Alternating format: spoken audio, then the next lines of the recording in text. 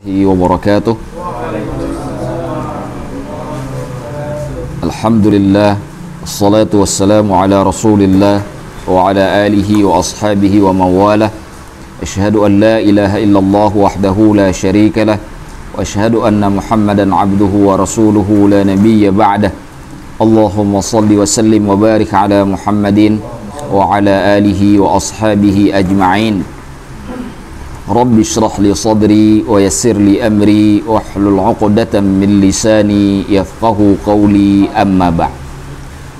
Teman-teman semuanya, alhamdulillah. Namun sebelum kita mulai, saya minta mungkin jangan ini masuk aja ke dalam, biar jangan, karena ruangan masih banyak, biar enggak nempel-nempel ke belakang.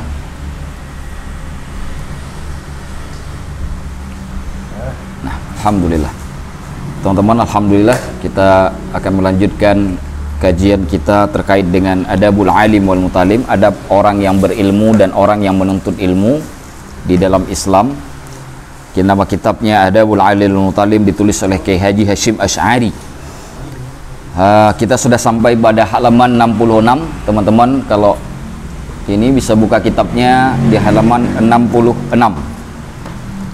Kita sudah sampai di halaman 66 dari 101 ya, dari 101 yang akan kita pelajari. Jadi kita sudah sampai di halaman 66. Yang nggak tahu baca lihat huruf Arab, tanya ke teman ke samping. Baik. Di halaman 66 itu sebelah kanan paling bawah, baris paling bawah ya, itu yang akan kita lanjutkan. Sebelumnya perlu saya ulang sedikit, kita kemarin sudah membahas tentang sifat-sifat buruk dan sifat-sifat baik yang dimiliki oleh ulama.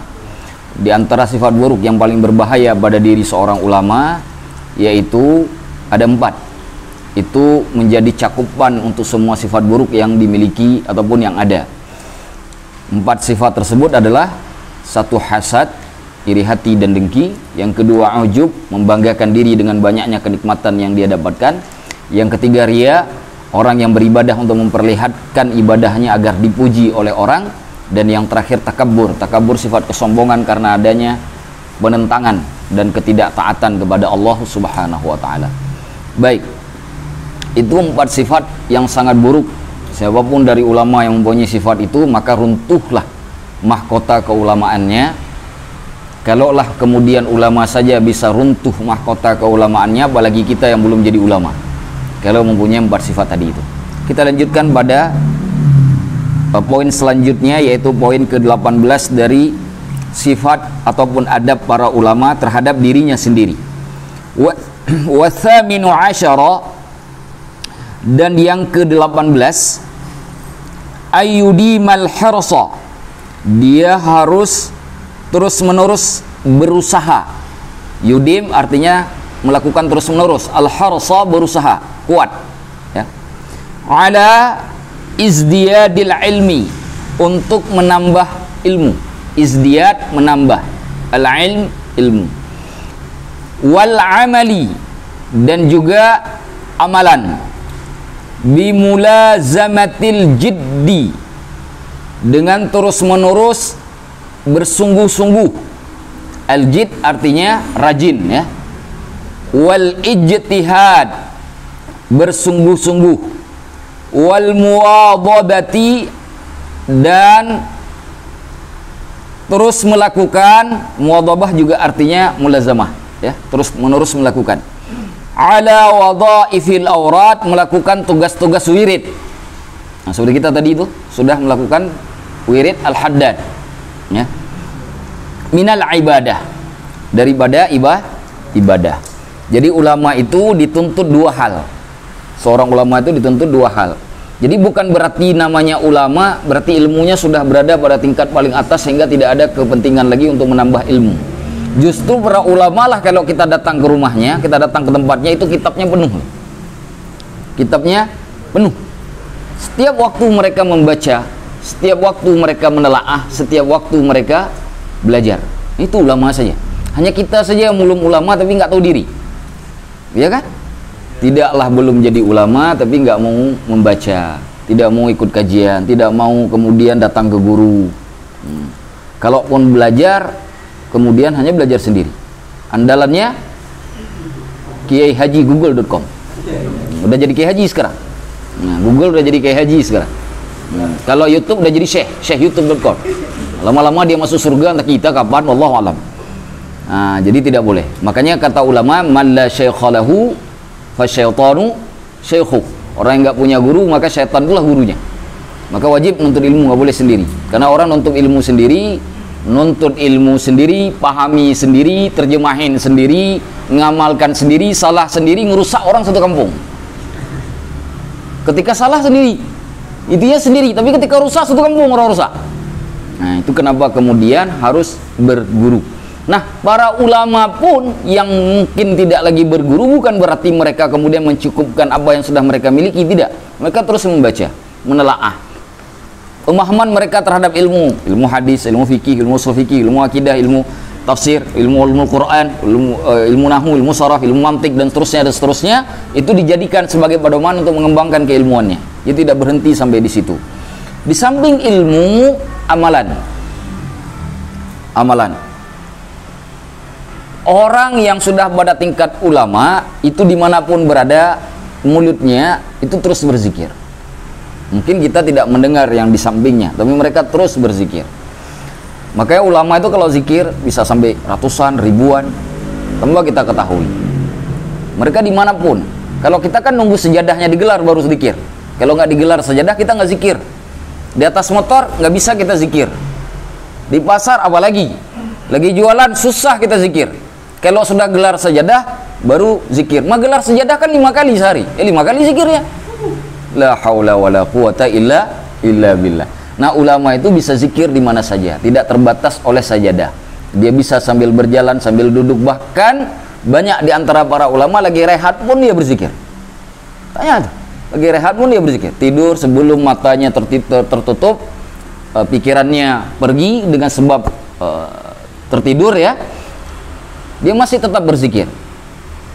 Hal-hal yang sederhana zikir itu banyak sekali. Banyak zikir yang simpel. Sekurang-kurangnya masa di antara kita nggak sanggup baca la ilaha illallah? Masa nggak sanggup bilang subhanallah? Alhamdulillah, masa nggak sanggup? Nggak sanggup juga, bukan nggak sanggup sebenarnya. Ada dua kemungkinan kalau misalkan tidak suka mengatakan ataupun mengucap zikir seperti itu yang simpel-simpel, yang pendek-pendek. Kemungkinan yang pertama malas. Yang kedua nggak peduli. Itu aja kemungkinan dua. Dua-duanya celaka. Kalau nggak ada zikir mau ngapain lagi? Sekarang begini, logika sederhana saja. Kita nih amanah lagi butuh biaya. Ya, butuh biaya. Kita mau buat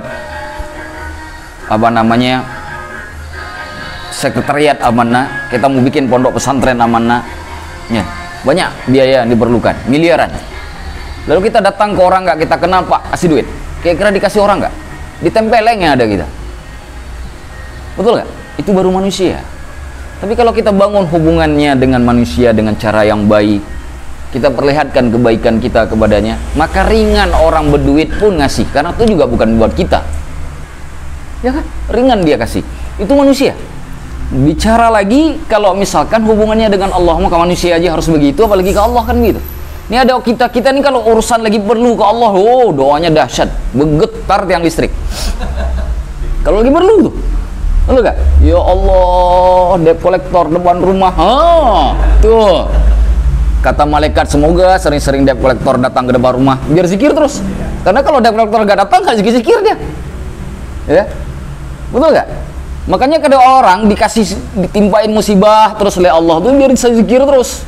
Karena tahu kalau dikasih tinggi sedikit udah lupa dizikir ke Allah. Maka dikasih terus sama Allah. Kata malaikat, rasakan. Ya, maka dikasih di bawah terus tuh. Biar zikir terus tuh. Karena kalau dikasih ke atas lupa dia zikir. Maka dikasih terus ke bawah oleh Allah. Ini kita nih. Kita. Nah, kalau kemudian kita ingin minta kepada Allah di saat kita butuh, di saat kita tidak butuh, lalu kita jauh dari Allah, kira-kira Allah ringan nggak ngasihnya? Allah itu butuh dirayu. Kenapa butuh dirayu? Karena Allah cinta mendengar hambanya merayu dirinya. Cuma rayuan kita kepada Allah nggak boleh kita gunakan rayuan makhluk kepada makhluk. Makhluk itu kan rayuannya gombalnya setengah mati deh. Aku cinta padamu, entah apa pun. Ya, aku cinta padamu. Itu perempuan yang percaya itu goblok betul. Ya, karena itu gombal. Masa kita mau bilang ya Allah, aku percaya kepadamu, zikir nggak pernah? Kira-kira gombal nggak itu? Gombal banget itu. Lo yakin sama Allah? Yakin betul. Kamu bagaimana kedudukan Allah di matamu? Oh subhanallah, nggak ada satupun yang aku cintai kecuali Allah. Semua aku lakukan karena Allah. Zikir nggak pernah. Kira-kira bener nggak? Gombal. Nah itulah cinta gombal itu kayak begitu. Ya, maka jangan duduk sama orang yang bercinta gombal. Hati kita bisa tersakiti. Nah, kalau Allah akan membalas. Kalau kita makhluk kan nggak bisa membalas. Bagaimana cara membalas? Kalau Allah ada cara membalas. Bagaimana cara Allah membalas? Allah tahan. Kenikmatan Allah tahan, kemudahan Allah tahan. Setiap saban waktu kita lihat punya masalah. Si masih ini punya masalah, sama si itu punya masalah, sama sana punya masalah. Di mana-mana kita datang terus dia yang punya masalah. Kayak nggak ada orang lain di dunia ini, cuma dia doang punya masalah. Kenapa? Jangan-jangan jauh dari Allah. Lihat kalimat dalam Al-Quran. Wa may yattaqillah. Barang siapa yang bertakwa kepada Allah. Takwa, mengikuti perintah Allah, menjauhi larangannya. Dua yang Allah berikan. Apa yang pertama? Yaj'al lahu makhraja. Allah jadikan solusi buat setiap permasalahan yang dia miliki. Itu yang pertama. Yang kedua, wa yarzuquhu min haitsu la yahtasib. Allah kasih rizki dari jalan yang tidak diduga-duga. Dua Allah kasih. Kenapa jalan keluar dulu yang Allah kasih rizkinya belakangan? Kan begitu kan redaksi ayatnya? Kenapa? Karena nggak mungkin ada rezeki kalau nggak ada solusi. Logis? Logis Al-Quran. Betul guys? Maka Allah kasih jalan keluar terhadap permasalahan. Ketika jalan keluar itu sudah kita temukan, lalu kita jalankan, mengalirlah semua rezeki Allah. Bahkan dari rezeki yang kita nggak bayangkan. Itulah min haitsu la yahtasib. Ustaz, saya setiap waktu sholat Ustaz. Puasa Senin Kamis gak lupa. Kerja nggak? Nggak, saya tidur aja di rumah. Tapi kiamat nggak dapat rezekinya. Kenapa? Karena belum ada solusi. Ini kesalahan orang memahami ayat itu. Karena belum ada solusi. Solusi biar dapat rezeki, usaha. Lalu mengalirlah segala macam yang Allah berikan kepada dia, yang bahkan dari yang disangka maupun yang tidak disangka-sangkanya. Itulah yang dimaksud dengan wa mattaqillaha yaj'al lahu makhraja wa yarzuqhu min haitsu la yahtasib. Nah, itu para ulama. Nah, dia wirid setiap waktu, dia zikir setiap waktu. Nah, amal soleh itu banyak sekali ya. Ada yang sifatnya vertikal, ada yang sifatnya horizontal. Kalau ulama, kalau yang horizontal kemungkinan banyak sekali itu adalah membagi ilmu. Kalau ngasih sedekah, mereka terkadang kurang. Banyak ulama yang miskin. Karena mereka bukan bisnismen. Jadi nggak banyak pasar uang yang ada di kantong mereka. Karena miskin. Tapi satu hal yang bisa mereka bagi, yaitu mereka bagi ilmu. Nah, para ulama ketika membagi ilmu, nilainya di hadapan Allah itu lebih dahsyat daripada kita yang bersedekah dengan uang. Saya ulangi, ini penting. Dibaginya ilmu oleh para ulama kepada umat, itu di mata Allah lebih bernilai daripada kita yang bersedekah. Kenapa? Karena sedekah hukumnya sunnah. Bagi ilmu hukumnya. Mudah kan memahami dari sisi usul fikih? Mudah. Itulah kenapa para ulama dahsyat luar biasa. Nah, baru-baru ini ada tuh, ada videonya tuh, masuk TV di barusan. Di daerah di mana gitu di Jawa Barat di sini itu ada seorang guru ngaji di kampung. 17 tahun dikuburkan, kemudian dipindahkan kuburannya, jasadnya masih utuh. Guru ngaji kampung loh, bukan ulama besar. Itu baru ngaji kampung saja.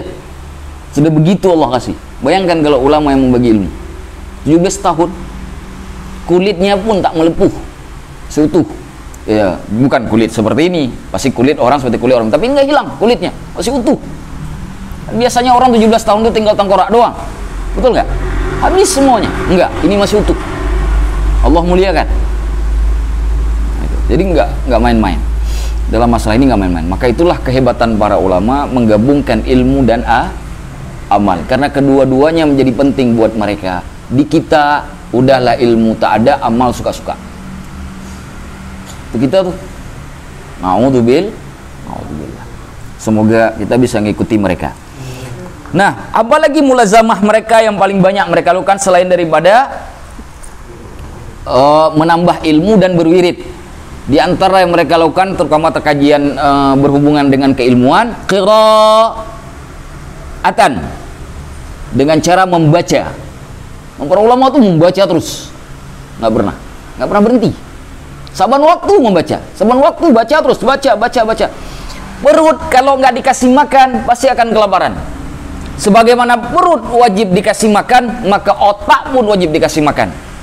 Makanan perut itu bisa jadi nasi, ya, bisa jadi kue, tapi makanan otak itu ilmu. Ketika otak tidak lagi dikasih makanan, dia akan kering, kelaparan, lalu otak tak lagi berfungsi sebagaimana normalnya. Kau berarti kan, orang yang jarang baca buku itu suruh mikir susah betul. Serius, susah betul dia mikir. Orang yang jarang baca, ketika dikasih beban yang agak sedikit berat, udah mulai itu. Duduknya pun udah miring ke kanan ke kiri, nggak bisa lagi lurus. Aduh Ustaz, nah udah begitu tuh duduk yang nggak bisa lagi, dia duduk begini. Udah beban ya. Tampungannya udah nggak kuat. Kenapa? Karena jarang membaca. Otak harus diasah. Ustaz saya baca apa? Komik. Ah itu salah. Itu malah merusak itu. Oh, kok keselak? Enggak, bukan fitrah. Saya nggak maksud ke satu orang, ke semua orang saya maksud. Ini jangan nunjuk ke orang satu orang. Saya walaupun nyebut mungkin spesifik ke satu orang, sebenarnya saya maksudkan semua orang. Karena bisa kemungkinan yang lain juga ikut-ikutan kan. Ustaz boleh nggak saya baca komik? Nggak selamanya. Baca komik Islamiyah boleh, silakan. Tapi jangan terus-terusan. Baca juga buku fikih, buku akidah, buku hadis, buku mantik, ya, ulumul Quran, baca wajib. Siapa minggu ini yang pernah baca buku tafsir? Minggu ini atau 2 minggu dari sejak pertemuan terakhir Aqidatul Awam sampai hari ini yang baca buku tafsir yang berhubungan dengan tafsir ada? Nah, yang hadis, fikih, usul fikih, nggak ada lagi pertanyaan yang saya tanyakan. Kalau semua diam, itu tawadhu tadi.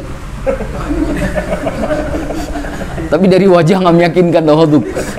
Dari wajah lebih banyak bercerita, saya nggak baca Ustaz.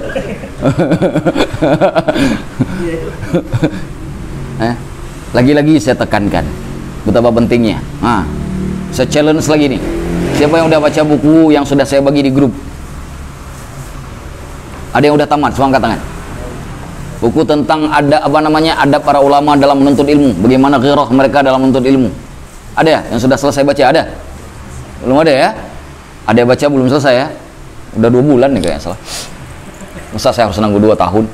Hanya 1 buku doang. La haula wala. Oke, saya persingkat lagi. Kita lebih kerucutkan lagi. Siapa yang dalam 2 minggu ini sudah ngulang buku ini, kitab ini? Ada? Ada yang udah ngulang? Gak ada juga. La haula wala. La haula wala. Segitu sibukkahnya sampai nggak sempat ngulang, sampai pelajaran ini pun nggak sempat diulangi, dipelajari di rumah. Sesibuk itukah kehidupan? Jangan-jangan lagi ada masalah tuh dengan kehidupan itu. Sesibuk itu kah? Sampai yang ini aja nggak sempat ngulang. La haula wala quwata illa billah. Nah, saya bukan ingin menyindir. Saya memang belak-belakan, langsung aja. Karena saya nggak menyindir.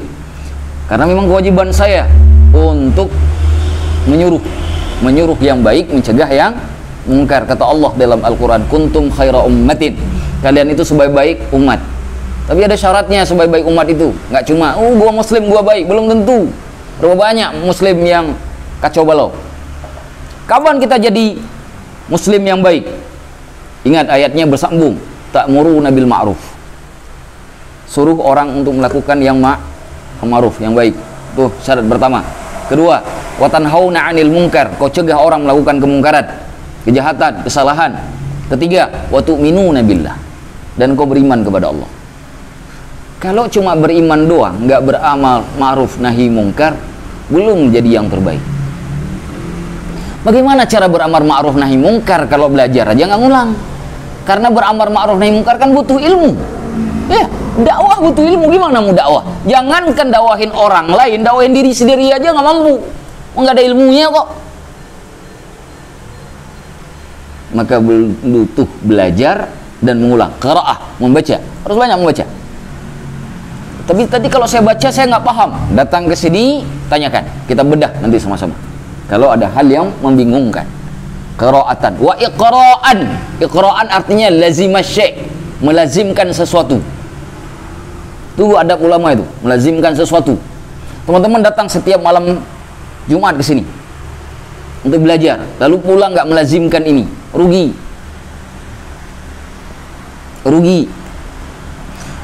Setelah kita belajar ini, selesai kitab ini, maka kitab ini akan jadi simpanan teman-teman. Ilmunya hilang seperti nggak pernah belajar sama sekali. Lalu ketemu dengan satu orang teman, mau kemana? Mau belajar adabul alim. Oh, saya dulu juga sudah pernah belajar adabul alim wal mutalim, Ustaz Amna. Oh, gimana isinya? Nah itu saya udah lupa. Itulah musibah ilmu. Makanya ada kalimat di dalam peribahasa Arab, afatul ilmi an-nisyan. Bencana ilmu itu lupa. Ada yang lain lupa. Obatnya cuma satu, melazimkan pengulangan, membaca, mengulang. Hanya itu obatnya, nggak ada obat lain. Ustaz, saya zikir 1000 kali, Ustaz, masa nggak ingat? Sampai mati nggak ingat? Zikir untuk akhiratmu, bukan supaya engkau ingat ini. Ingat ini ya pakai muzakarah. Kalau sudah dilakukan oleh ulama dulu. Enggak, ulama dulu tetap mengulang pelajarannya, tetap membaca buku, tetap membaca kitab. Nggak bisa, hanya cuma sekedar ngandalin. Teman-teman datang ke sini bawa kuping. Misalkan, cuma bawa kuping, lalu mendengar, jadi pendengar budiman ya. Istilahnya apa? Pendengar budiman. Lalu pulang. Kira-kira yang didengar malam ini masih ingat nggak minggu depan kira-kira? Paling yang keingat, oh kemarin Ustaz Amna itu bikin lucu, itu doang, nggak dengar. Tapi yang pokok masalahnya jadi lupa. Kenapa? Karena kita punya keterbatasan mengingat, belum lagi ngingat yang lain. Ngingat mak kita sakit, ngingat pelajaran di kampus, ngingat diputusin pacar, la haula wala quwata illa billah. Habis sudah semua. Kosong lah otak kita sudah. Maka obatnya isi. Kasih makan otak itu, kasih makan pikiran itu. Jangan sampai dia kosong. Otak jangan biarkan dia kosong. Kasih terus makanannya. Orang yang terus membaca, dia akan terbiasa dengan membaca buku. Buku itu bisa jadi obat. Dia suntuk, baca buku hilang suntuknya. Dia galau, baca buku hilang galaunya. Bisa jadi obat. Mana dalilnya? Nanti akan kita bahas nih. Akan ada di poin ini nih, diceritakan bagaimana ulama melihat keilmuan itu, bacaan itu. Kita lanjutkan dulu bacanya. Wa mutala'ah wa mudzakarah. Mutala'ah, mudzakarah sama-sama artinya mengulang. Di mana bedanya? Mutala'ah dari kata tala'a yatla'u, ya artinya naik. Artinya orang yang mengulang pelajaran sampai sedetil-detilnya. Nah, itu mutala'ah namanya. Teman-teman baca buku ini itu memperhatikan kata per kata. Ini maksud kata ini apa? Maksud kata ini apa? Maksud kata ini apa? Maksud kata. Itu namanya mutala'ah. Bukan hanya cuma membaca. Orang baca, ada juga orang baca tuh sampai 5 halaman baca, tapi ditanya, lu baca apa 5 halaman? Nah itu tadi apa ya gua baca? Ada orang baca begitu, pikiran kemana, mulut kemana, mata kemana? Mata ke buku, mulut membaca, pikiran kemana-mana, nggak nempel tuh. Ada juga yang begitu baca bukunya, nggak jelas itu baca buku kayak gitu. Maka dulu kita diajarkan waktu kita belajar bahasa Indonesia, kalau teman-teman masih ingat, kalau baca buku, lihat di setiap paragraf itu ada ide pokok namanya, ide utama. Kalau ide utama itu tidak kita temukan, maka kita belum baca buku sebenarnya. Itu dulu dalam bahasa Indonesia. Begitu juga kalau kita baca buku Arab, kita baca kitab Arab, kita belum ketemu nih. Kayak tadi itu, mutala'ah, mudzakarah itu bedanya apa ya? Gak ketemu tuh. Bagaimana caranya? Telaah, kita kaji. Apa yang dimaksud dengan mutala'ah, apa yang dimaksud mudzakarah. Adapun mudzakarah mengulang pelajaran yang kita ingat. Dari kata zakara yadhkuru, mengingat. Bisa dipahami? Bisa lihat perbedaannya? Nah, para ulama selain mengulang pelajaran yang sudah dia ingat sebelumnya, biar tidak lupa, dia juga mengkaji ingatannya. Makanya Syekh Muhammad Al-Ghazali mengatakan begini, semakin aku mengulang pelajaran yang sama, semakin banyak hal baru yang aku temukan. Pelajaran yang diulang itu pelajaran yang sama, bukan pelajaran yang baru. Semakin aku mengulang pelajaran yang sama, semakin banyak ilmu yang aku dapatkan. Berarti ada bagian-bagian yang tersembunyi yang tadi belum kebuka, karena terus mengulang jadi kebuka. Bisa paham maksud saya? Kalau nggak percaya, tes saja buku ini. Teman tes saja di bab pertama. Coba ulang-ulang aja bacanya. Nanti akan ketemu tuh poin yang tadi sebelumnya nggak ketemu. Coba aja. Saya pernah katakan bahwa saya sampai belajar tahafudz falasifahnya Imam Al-Ghazali itu sampai 5 kali baca tuh satu bab. Saking nggak pahamnya. Baru oh begini, walaupun nggak semuanya saya paham waktu itu. Oh, tapi setidaknya sudah ada oh begini, udah ada oh begini, walaupun pada satu poin. Kalau nggak ngulang-ngulang begitu ya nggak poin, nggak ada tambahannya sama sekali. Lantas ngandalin datang ke sini yang dapat cuma semangat doang. Semangat berilmu, semangat beragama. Ilmunya tidak ada, beragamanya pun biasa saja. Kalau nggak percaya, coba aja. Coba teman-teman, nanti 2 tahun lagi review sendiri, evaluasi sendiri. Kira-kira saya selama kajian ini apa yang saya dapatkan ya? Semangat ilmu apa ya? Kalau semangat mungkin bertambah. Ini secara keilmuan apa ya? Oh ya, evaluasi saya sendiri. Kalau ada masalah, bukan masalahnya bukan di kajian, tapi dari teman-teman karena hanya datang sebagai pendengar budiman. Ini yang kita baca, yang kita pelajari, bagaimana sikap para ulama terhadap ilmu. Nah, kalau mereka tidak kita contoh, mau contoh siapa lagi? Sangat contoh artis dalam bab ini. Nggak ada nyambung-nyambungnya. Mereka lah yang kita contoh, bagaimana mereka berbuat. Wa ta'liqan. Ta'liqan artinya berkomentar. Berkomentar itu kalau ada satu masalah, nah lalu mengatur tuh. Membuat, oh ini begini, alasannya begini. Makanya para ulama itu kadang-kadang baca buku itu nulis deh. Bingung. Ini apa nih? Dia kaji, dia catat, baru bab ini catat. Makanya buku kita dulu di pondok itu nggak ada yang nggak ada tulisan. Semua bertulis. Yang buku begini itu semuanya ada tulisannya. Sekarang aja udah kenal sama sticky note. Dulu mana ada sticky note? Nah, di atas buku aja. Di sini bahasa Arab, sini bahasa Indonesia. Begitu kita baca sekarang, ini yang mana kita baca jadi bingung, campur-campur. Saking banyaknya yang harus ditulis. Udah bahasa Arabnya pas-pasan dulu. Penuh ini. Yang pakai pensil. Nggak pakai pulpen dulu, biar nggak rusak kitab Arabnya. Seperti itu dulu kita tulis. Bahkan setiap buku kitab begini ada buku catatan khusus. Khusus selain buku pelajarannya. Buku catatan khusus untuk kitab. Kenapa dibuat? Supaya kita bisa menaklik. Ini kenapa begini? Ini qadab seperti tadi, mutalaah, mudzakarah. Kita taklik tuh. Oh, mutalaah ini. Mudzakarah begini. Teman-teman catat nggak tadi itu? Saya jelasin. Ketika nanti pulang muzakarah, mutalaah, mudzakarah, ketemu lagi kitabnya, udah tahu tuh maknanya. Begitu. Makanya dulu ketika kami kuliah, kami lebih banyak menulis daripada mendengar. Maksudnya lebih banyak menulis daripada mendengar. Setiap yang kami dengar pasti kami tulis. Makanya nulisnya begini nih. Nggak lagi lihat buku. Begitu pulang ke rumah ternyata barisnya bukan lagi begini, udah begini, naik gunung. Kenapa? Namanya nggak dilihat kan? Nggak dilihat, nulisnya kan dari kanan ke kiri lagi bahasa Arab kan. Tadinya lurus, tiba-tiba turun ke bawah, makin turun. Oh udah ke begini, udah kayak naik terjal, udah terjal gitu. Saking nggak ngelihatnya, saking pengen ngedengar dan juga harus menulis. Kalau nggak dapat ilmu. Kalau cuma datang bawa pendengaran saja nggak ada ilmu. Terbatas sekali. Maka wajib dicatat. Kalau enggak, bagaimana kemudian kita menaklik, mengomentari bab itu untuk supaya kita bisa muzakarah dan mutalaah. Wa hifdhan, lalu dihafal. Dihafal. Teman-teman hafal enggak kitab ini? Minimal 2-3 hadis kayak hafal enggak? Enggak ya? Baca aja enggak, nggak hafal. Nah, itu pertanyaan yang sudah nggak mungkin kan? Harusnya. Saya minimal lah teman-teman ngulang lah di rumah.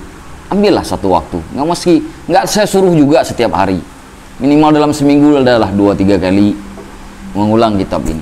Kasihan, saya kayak Haji Hasyim Asy'ari begitu capek menulis buku ini biar nyampe ke kita, sampai ke kita sekarang biasa saja, la haula wala quwwata. Ulang, walaupun cuma 2-3 kali dalam seminggu, insya Allah nggak rugi. Kalau nggak tahu foto kirim WA saya. Saat ini artinya apa? Kirim. WA saya nggak pernah mati kok. Kapan saya matiin WA? Cuma kalau misalkan saya belum balas, kalau mungkin ada kegiatan, ada tamu, atau saya lagi keluar atau kemana, kadang-kadang saya keluar, misalkan saya nggak kemana-mana daerah pasar minggu, itu HP nggak pernah saya bawa. Ya di kamar aja HP saya udah keluar. Kadang-kadang balik setengah jam kemudian baru bisa saya lihat. Atau kalau saya lagi di luar bisa sampai 2-3 jam atau mungkin lebih. Nah, mungkin nggak sabar. Tapi insya Allah pasti saya balas. Saat ini apa artinya? Pasti. Kolongin tuh gambarnya, kirim ke saya kirimin nanti artinya. Mumpung masih ada tempat bertanya, mumpung masih ada tempat bertanya. Ayo, lanjut. Wa bahsan, telaah. Bahsan artinya menelaah, membahas. Makanya ada tulisan bahas. Itu namanya ada pembahasan kan? Itu telaah, pengkajian. Kalau kata kita kajian, pengkajian. Nah, dikaji, ditelaah. Contoh misalkan, apa hukum bursa saham? Itu kan hal yang baru tuh. Ya. Sekarang tuh yang lagi heboh-heboh sekarang apa? Trading forex itu. Apa?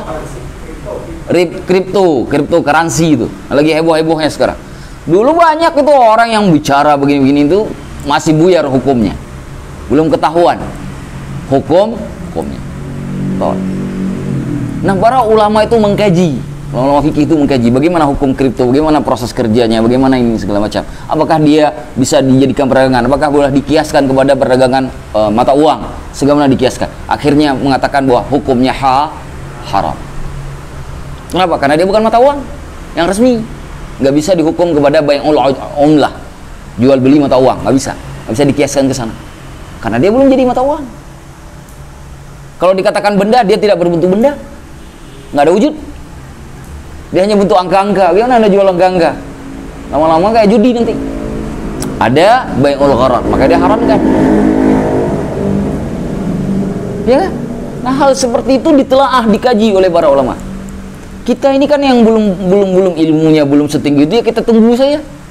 Mereka, alhamdulillah sekarang di Indonesia sudah ada fatwanya, sudah ada ya, fatwa MUI. Di Malaysia juga sudah ada fatwa MUI, bahkan di Arab pun juga sudah ada fatwa MUI-nya, alhamdulillah. Fatwa apa? Ulamanya di sana sudah ada bahwa memang hukumnya haram. Hukumnya haram.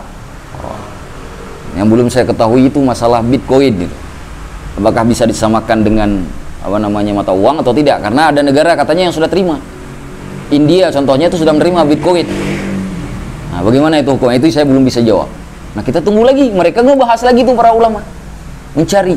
Makanya di MUI kita itu ada badan kajian pengkajian Majelis Ulama Indonesia.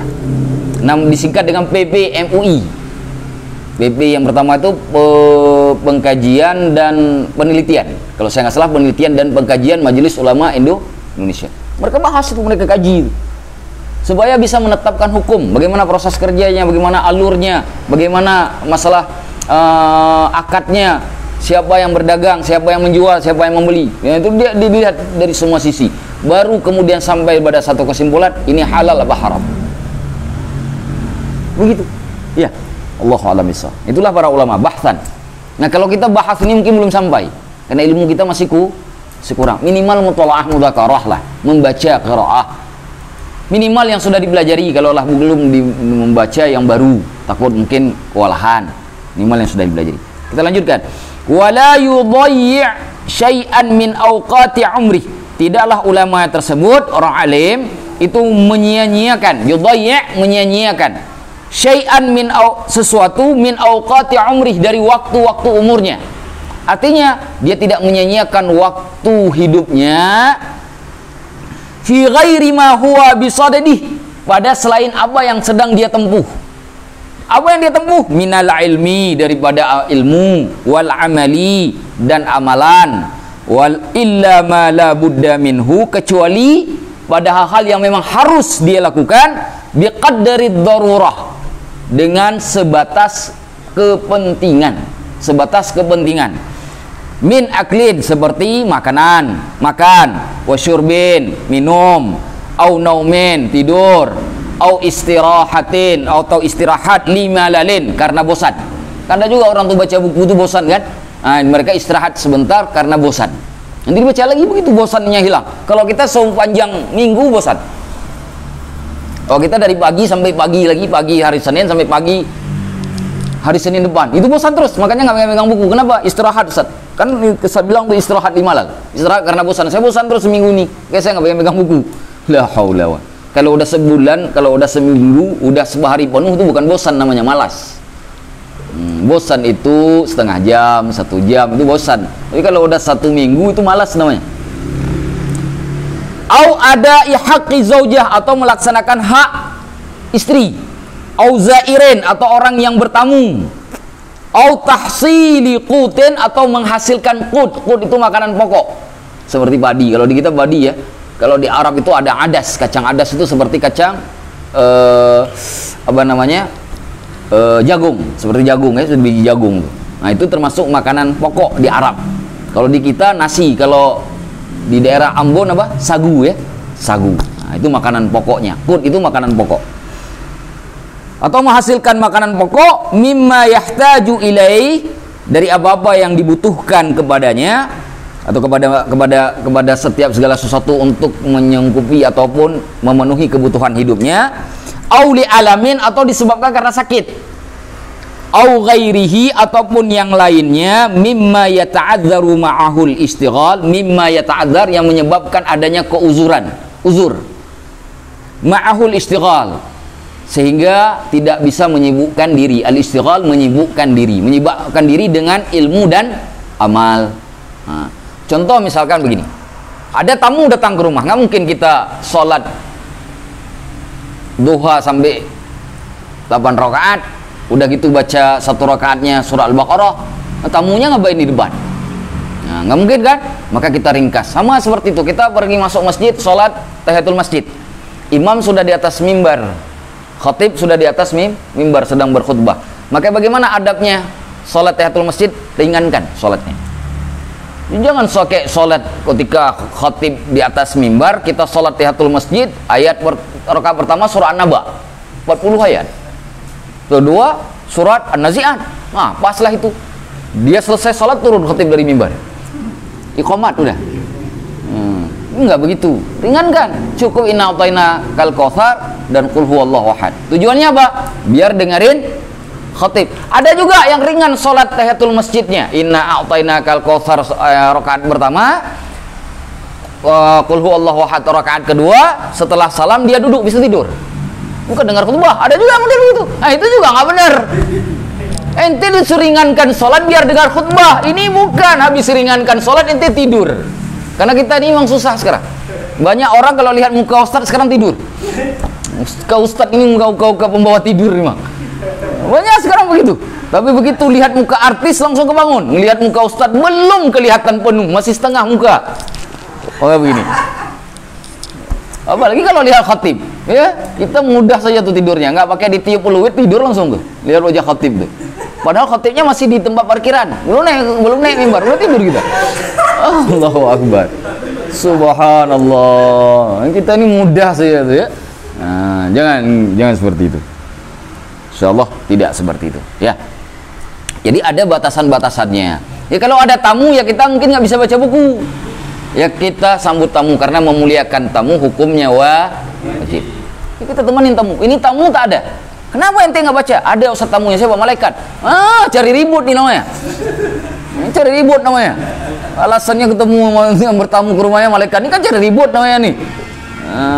Padahal memang nggak mau baca buku. Nggak boleh ada alasan. Kalau lagi ada kegiatan, ulanglah. Ya. Inilah adab para ulama. Coba lihat para ulama.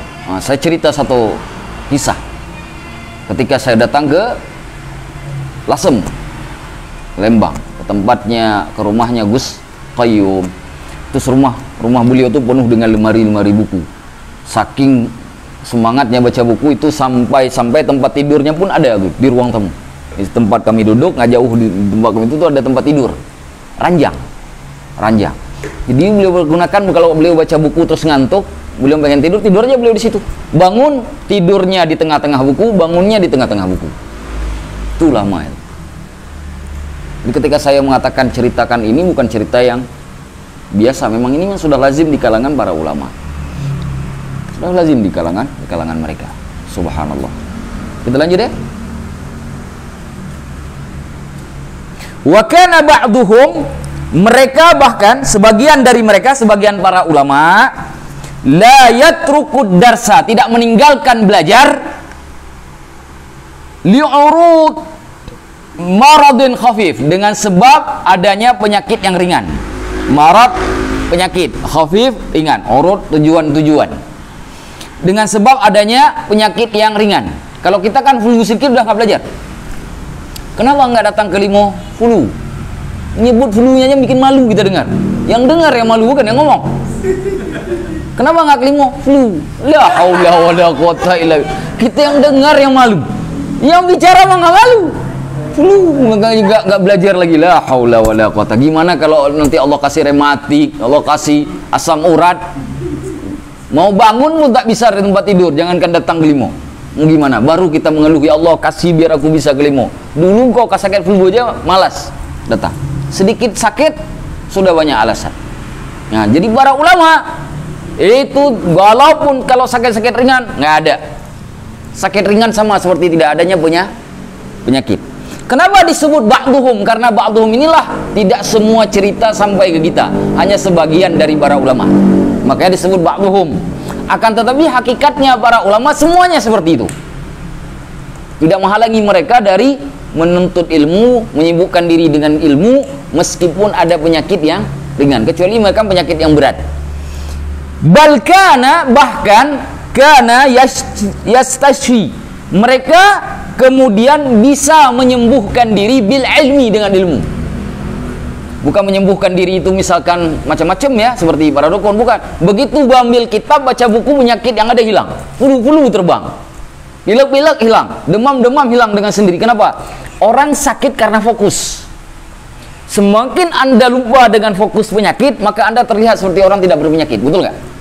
Betul nggak? Psikologis banget nih. Iya. Kalau Anda galau dan Anda fokus dengan masalah itu, makin galau. Tapi coba Anda tidak fokus dengan masalah yang Anda hadapi, galaunya hilang. Betul nggak? Psikologis nggak? Ya. Nah, para ulama ketika baca ilmu, saking fokusnya dengan ilmu, saking fokusnya dengan kitab, lupa kalau dia lagi sakit, sehingga sembuh sendiri itu penyakit. Sakit itu minta disayangi. Orang kalau nggak disayangkan pergi. Nah, penyakit kalau nggak disayang dia pergi. Kenapa orang kalau sakit makin tambah sakit? Karena suka disayang penyakitnya. Demam, bangunlah olahraga, jangan disayang penyakitnya, maka penyakitnya hilang. Kecuali yang berat, dengan sebab mungkin ada virus atau apapun. Tapi yang ringan-ringan kayak demam sedikit, tidur panjang, makin tambah penyakitnya. Disayang penyakitnya, ya nggak? Coba kalau Anda bangun olahraga, lawan itu penyakit, keluar keringat, pergi itu demam. Saya kalau demam nggak pernah minum obat. Caranya satu sih, kalau biar apa namanya, membuat badan keringat. Kalau nggak olahraga, saya ambil jaket tebal, saya kurung diri sendiri, begitu keluar keringat baru saya keluar. Mana kau nih penyakit? Pergi dia, kalah dia sama saya. Karena obatnya kalau demam itu ya keluar keringat. Karena demam itu panas di dalam, maka butuh keluar panas itu keluar tubuh melalui kelenjar keringat ya, harus keluar. Maka tubuh menjadi membaik. Maka para ulama kalau punya penyakit yang sedikit itu tidak akan menghalangi mereka untuk menyibukkan diri dengan keilmuan. Bahkan penyakit itu hilang dengan sebab mereka membaca kitab, menyibukkan diri dengan keilmuan. Wa yastaghilu bihi biqadril imkan, dan mereka menyibukkan diri dengan keilmuan dengan ukuran yang mampu. Qadron ukuran, imkan yang memungkinkan, dengan ukuran yang memungkinkan. Nah, ya, iya wajar, tetap wajar kan, nggak mungkin orang baca buku 24 jam nggak bangun-bangun, mesti bangun, butuh makan, butuh minum, butuh ke toilet, butuh sholat, ya kan, sholat aja udah 5 kali itu bangun, belum lagi nanti dipanggil istri, dipanggil anak, masa nggak dipedulikan? Nah, kan harus dibelikan, wajib kan hukumnya. Nah. Baik, waqad qala sallallahu alaihi wasallam, Rasulullah sallallahu alaihi wasallam telah bersabda, innamal a'malu bin niyat, sesungguhnya amalan-amalan itu tergantung kepada niat. Jadi niat datang sini nuntut ilmu atau nyari teman? Niat datang ke sini mau dapat ilmu atau mau cari senang? Datang ke sini biar dapat ilmu atau biar dapat teman ngobrol? Ukur lagi niatnya. Karena disitulah balasan yang Allah berikan. Kalau datang ke sini cuma untuk dapat ngobrol, insya Allah nggak dapat pahala. Pahala yang Allah siapkan seperti orang di jalan Allah itu, kalau mati syahid itu nggak dapat. Kenapa? Dia akan dibalas sesuai dengan niatnya. Seperti orang dulu, kalau kita baca hadis ini adalah dalam Sahih Bukhari, hadis pertama dari Umar bin Khattab. Nah, hadis pertama nih, Kalau nggak salah ini hadis pertama dalam Arba'in Nawawi juga, Imam Nawawi. Kenapa? Karena niatlah ukuran Allah memandang apakah hambaku pantas dibalas atau tidak. Makanya hadis ini ketika dikatakan innamal a'malu binniyat, redaksinya bersambung. Wa innamal likulli imri'in ma nawa. Untuk setiap seseorang itu apa yang dia niatkan. Niat karena mendapat ilmu, Allah kasih ilmunya. Niat supaya dapat ilmu dan lillahi ta'ala, Allah kasih ilmu, Allah kasih pahala. Niat biar dapat teman ngobrol, itulah yang kita dapat ngobrolnya. Pulang dari sini kosong tabungan deposito amalannya. Kenapa? Karena ngobrolnya udah dapat. Makanya tergantung niat. Nah, li'anna darajatal ilmi, kenapa pentingnya niat? Ini kan kalau niat kan biasanya kan kita tahunya di sholat, di puasa, ya, ibadah-ibadah yang luar biasa ya. Kenapa di ilmu juga harus ada patokan niatnya? Kenapa? Li'anna darajatal ilmi, karena derajatnya ilmu itu darajatu wirathatil anbiya, derajat pewarisan para nabi. Jadi warisan nabi itu ada pada ilmu. Teman-teman pengen kalau orang tua meninggal pengen ada harta warisan. Nah sekarang yang ngasih harta warisannya bukan orang tua, tapi nabi langsung. Tapi ingat, nabi tidak meninggalkan dinar dan dirham. Nabi tidak mewariskan dinar dan dirham. Kalau mau dapat warisan nabi, maka satu-satunya jalan cuma ilmu, nggak ada yang lain. Hanya ilmulah warisan nabi. Makanya al-ulama'u warathatul anbiya. Ulama itu pewaris para nabi. Mau dapat warisan nabi, ilmu jalannya. Nggak mau dapat, jangan baca buku, jangan belajar, jangan mengulang. Kalau nggak mau dapat warisan, nah balik lagi ke tadi, I love you, tapi nggak pernah datang ke ayah, orang tua nggak pernah datang. Bener nggak I love you-nya itu? Bohong. Aku cinta kepada Allah, aku beramal kepada Allah, tapi nggak pernah aku cinta Rasulullah, tapi warisan nabinya nggak pernah mau kita ambil. Di mana pembuktiannya? Mana pembuktian? Yang Allah minta adalah niat yang pertama, yang kedua pembuktian. Makanya kalimatnya baca hadis Imam Muslim. Innallaha la yanzuru ila suwarikum wa amwalikum, walakin yanzuru ila qulubikum wa amalikum. Yang pertama dilihat hati, tempat niat berada. Yang kedua wa amalikum, pembuktian dengan perbuatan. Tadi saya sore ngajar surah Al-Humazah. Surah Al-Humazah. Ada redaksi ayat dalam surah Al-Humazah itu, kalla la yumbadzanna fil hutamah, mereka akan dicampakkan ke dalam neraka al-hutamah. Wa ma adraka mal hutamah, apa yang tahukah kalian apa yang dimaksud dengan al-hutamah? Narullahi al-muqadah. Di neraka jahanam, neraka hutamah itu ada api Allah al-muqadah. Muqadah itu yang dibuat mendidih, panasnya minta ampun. Al-muqadah, membakar. Nah, api yang membakar itu tatali'u 'alal afidah, naik dari bawah itu menuju menutupi seluruh badan, lalu mencakupi wilayah hati, naik ke atas hati. Kenapa hati yang dijelaskan? Padahal kepala juga dibakar. Kenapa hati? Karena hati tempat niat, hati tempat keyakinan, hati tempat beradanya keyakinan yang salah, keinginan yang salah itu ada di hati. Maka yang dibakar hati. Bukan berarti telinga nggak dibakar, bukan berarti muka nggak dibakar, dibakar juga, tapi yang paling tersiksa itu adalah hati. Karena disitulah tempat keyakinan berada. Maka ini yang penting. Innamal a'malu binniyat. Sudah. Orang yang menyibukkan diri dengan keilmuan, dia sudah melangkah menuju Allah dan Rasulnya. Karena ilmu adalah ilmunya Allah. Pasti Allah mencintai orang yang menuntut apa yang Allah berikan. Satu. Yang kedua, kenapa cinta Allah bertambah? Karena ini warisan nabinya. Maka bertambah dua tuh kecintaan Allah kepada orang yang menuntut ilmu. Makanya pahalanya seperti orang berada di jalan Allah. Bahkan dalam hukum fikih, penuntut ilmu dan pengajar ilmu kalau tak sanggup menghidupkan dirinya wajib dapat zakat. Dari mana dalilnya? Dalilnya dalil fi sabilillah tadi itu. Jadi fi sabilillah saja, bukan hanya orang yang mati di medan perang, tapi juga penuntut ilmu dan orang yang mengajarkan ilmu. Kalau dia tidak sanggup, boleh dapat zakat. Kalau nggak sanggup, kalau kaya jangan dikasih. Dia mampu, jangan dikasih. Kasih yang mampu, yang nggak mampu. Banyak pengajar ilmu yang nggak mampu, banyak betul. Coba lihat di kampung-kampung. Belum tentu sehari nyari, sehari makan. Kadang-kadang sehari nyari, setengah hari makan. guru yang seperti itu boleh dapat zakat, masuk dalam fi sabilillah. Sama seperti orang yang nuntut ilmu, dia kehabisan bekal, gak ada lagi uang untuk bayar kuliahnya, membayar ongkos biaya untuk dia cari ilmu, dia boleh dapat zakat. Itu dihitung pada fi sabilillah, masuk dalam kelompok itu. Ini termasuk dari fatwanya Syekh Yusuf Al-Qardawi dalam fiqh zakah. Kalau dulu orang berperang di medan perang, sekarang justru yang dibutuhkan bukan senjata di antara yang paling penting, tapi pikiran, otak yang cerdas.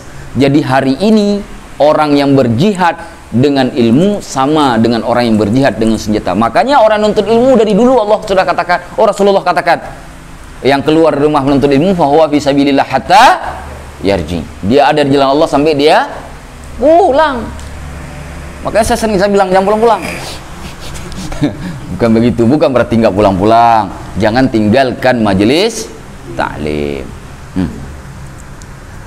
Kita lanjutkan. Dia jangan pulang-pulang, nanti dimarahin yang di rumah, saya pula yang kena nanti. Wala tanalul ma'ali, tidaklah kemudian kamu mendapatkan yang tinggi, derajat yang tinggi. Al-ma'ali, tinggi, tanal, mendapati derajat yang tinggi, illa kecuali bisyaqqil anfusi, kecuali dengan menyulitkan diri. Syaqqun itu menyempitkan. Syaqqun artinya sempit, ya, seperti orang yang susah bernafas itu namanya syaqqun. Anfus itu jiwa, jamak dari nafsun. Nafsun jamaknya anfus. Nah, orang mau sukses, mau dapat tingkat tertinggi, dia mesti harus berusaha keras. Nggak ada orang kaya yang kaya betul itu kaya karena ongkang-ongkang kaki, walaupun harta kekayaannya didapatkan dari warisan, karena bisa habis. Dia harus mempertahankannya dengan menyulitkan dirinya, bekerja setengah mati. Kalau harta saja yang nilainya tak lebih tinggi dari ilmu seperti itu, apalagi ilmu. Ini ada orang pengen alim, baru ikut kajian 2 kali, yang ketiga pengen langsung jadi ulama, mimpi namanya. Gimana caranya? 2 kali ikut kajian, yang ketiga pengen langsung jadi ulama. Makanya Syekh Usamah Al-Azhari mengatakan, bukan kata saya, Syekh Usamah Al-Azhari. Tahu Syekh Usamah Al-Azhari? Salah seorang syekh muda dari Syekh hadis dari Universitas Al-Azhar, teman dari Habib Al-Jufri. Kata beliau, kesalahan pendakwah hari ini terlalu semangat untuk berdakwah. Seharusnya mereka meluangkan waktu 10 sampai 15 tahun untuk nuntut ilmu baru berdakwah. Iya, 2 kali langsung yang ketiga jadi ulama. Kan bahaya itu. Maka orang ingin mendapatkan ilmu, dia harus mempersulit dirinya. Bagaimana cara mempersulit diri? Berusaha sekuat tenaga untuk mendapatkan ilmu. Nggak dapat ilmu hanya dengan cara ongkang-ongkang kaki, datang ke sini bawa telinga kemudian pulang langsung alim. Nggak ada. Ngomong kosong itu kalau ada. Nggak ada. Kalau itu ada sudah dilakukan oleh Imam Syafi'i. Kalau itu mungkin sudah dilakukan oleh Imam Hanafi. Kalau itu mungkin sudah dilakukan oleh Imam Malik, Imam Ahmad bin Hanbal dan ulama-ulama lain. Tapi mereka belajar siang dan malam. Bahkan kita sudah baca di sini, para ulama salaf ada yang sampai kemudian setelah sholat maghrib mengulang pelajaran sampai lupa kalau itu sudah pagi hari. Baru mereka tersadar ketika terdengar suara azan subuh. Bisa mereka lakukan dengan seperti membalikkan telapak tangan tiba-tiba jadi alim dengan sendirinya? Enggak. Buktinya mereka tidak melakukan. Kenapa? Karena mereka tahu itu tidak mungkin. Bohong kalau ada orang yang mengatakan itu mungkin. Nah, ada. Maka ayo persulit diri sendiri ketika dengan urusan ilmu. Orang dengan harta aja kita persulit diri sendiri, masa dengan ilmu gampang betul? Jauh Ustadz. Oke. Semana jauhnya? Saya tinggalnya di Babelan Ustadz. Jauh kan ke sini ke Bekasi? Oh, ke Depok. Jauh nggak? Coba sekarang kita tuker. Berangkat dari Babelan ke Depok, tapi bukan nyari ilmu, tapi nyari 100 juta. Mau nggak? Mau nggak? Yang senang saya berikan ini lebih bernilai, bukan hanya dari 100 juta, tapi dari 1 triliun. Kalau memahaminya dari pola seperti itu, nggak akan berat. Nggak akan berat. Sekarang kita tawarin, senang surga apa senang uang 1 juta? Semua orang bilang senang surga. Dalam praktek semua milih 1 juta. Betul nggak? Dalam mulut semua milih surga, tapi dalam praktek semua milih 1 juta. Bukan milih surga. Lagi-lagi buktinya hilang, nggak ada bukti. Ayo, harus berubah. Sekarang Indonesia termasuk negara yang maaf sekali secara keilmuan tertinggal di dunia. Itu alasannya kenapa kita di Amanah pengen bikin pesantren. Gak ada ulama kita yang hari ini benar-benar terkenal di dunia, itu gak ada. Hari ini ya, saya nggak ngomong dulu hari ini. Ulama kita begitu nyampe di airport langsung gak dikenal, langsung dianggap orang lain.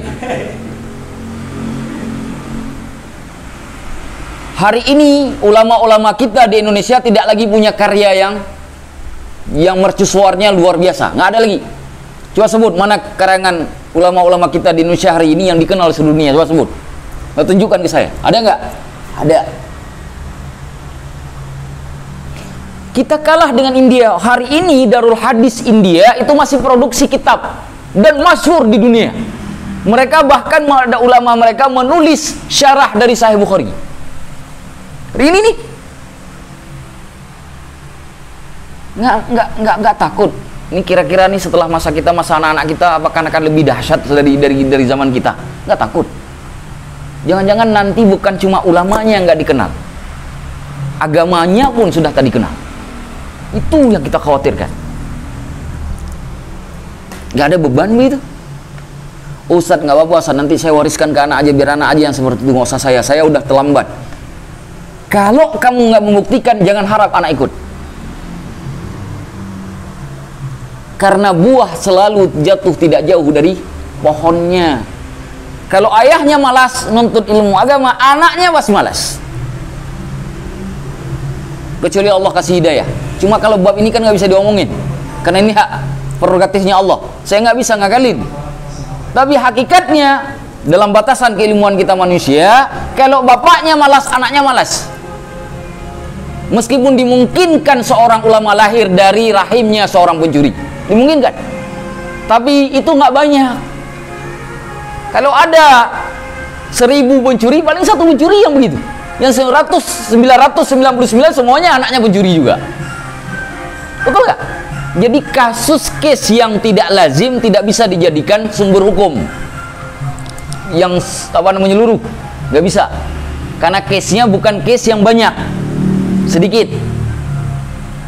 Bisa dipahami kira-kira? Biar anak-anak kita nanti jadi orang alim, biar anak kita jadi ulama, ayo kita dulu walaupun kita belum jadi ulama gitu loh. Jangan harap anak jadi ulama kalau ayahnya aja malas, maknya aja malas. Jangan harap. Ayo. Pintu rahmat berkah Allah itu di mana-mana. Dan kita nggak tahu dapatnya bagaimana.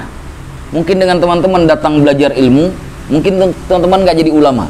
Tapi Allah bukakan pintu hati salah satu dari keturunan teman-teman, Allah jadikan dia ulama. Begitu. Tapi harus ada sebab musabab dong. Butuh sebab musabab juga kan. Lihat Siti Hajar. Siti Hajar kan ada sebab musabab itu ketika Nabi Ismail dapat air itu. Sebab musababnya apa? Lari 7 kali bolak-balik. Dibikin sebabnya oleh Allah, ditakdirkan ada sebab. Walaupun Siti Hajar tidak dapat air, yang dapatnya adalah Nabiullah Ismail. Tapi sebabnya ada di ibunya. Coba kalau ibunya saat itu tidak mau lari, udahlah pasrah aja kepada Allah, di saatnya udah mati aja udah. Bisa? Nggak bisa. Itu sebab. Siti Hajar nggak begitu orangnya. Lari 7 kali bolak-balik Bukit Safa, Bukit Marwah. Allah takdirkan hasilnya walaupun bukan ke dirinya, kepada anaknya Ismail alaihi salam. Teman-teman juga bisa begitu. Semangat teman-teman menuntut ilmu, walaupun nggak sampai membuat teman-teman jadi ulama misalkan, ya syukur-syukur Allah bukakan pintu jadi ulama. Kalaulah misalkan nggak jadi ulama, mungkin Allah turunkan nanti berkah yang teman-teman lakukan ini kepada anak. Suatu hari akan ingat, kapan kita baru sadar? Ketika umur kita sudah 70 tahun, 80 tahun, ketika kaki udah bisa melangkah. Ya Allah, ada anak saya ternyata sekarang ngajar. Dulu saya di mana-mana ngikut orang ngajar. Setiap kali ada orang belajar, orang ngajar, saya ikut belajar di situ. Sekarang alhamdulillah anak saya sekarang yang ngajar. Gitu caranya. Jadi jangan niatkan karena nggak enak dengan saya, nggak enak karena diamanah, jangan niatkan begitu. Jangan niatkan begitu. Kembali kepada nih. Kita lanjutkan. Wa fi sahih Muslim. Di dalam sahih Muslim, an Yahya bin Katsir, diriwayatkan oleh Imam Muslim dari Yahya bin Katsir. Qala, Yahya bin Katsir berkata, la yustata'ul ilmu bi rahatil jismi. La yustata'ul ilmu tidak bisa didapati bi rahatil ilmi, dengan bi rahatil jismi, dengan tubuh yang dibawa rehat. Alias tenang-tenang saja. Gak bisa dapat ilmu kalau cuma dengan santai-santai saja, nggak ada. Mau dapat ilmu harus berjuang, peras keringat, sama seperti cari rezeki. Maka kan saya minta ke teman-teman yang sudah dipelajari, baca ulang. Ingat, semakin teman-teman ngulang, semakin banyak. Tapi ngulangnya serius, bukan hanya sekedar baca. Yang nggak tahu jadi tahu.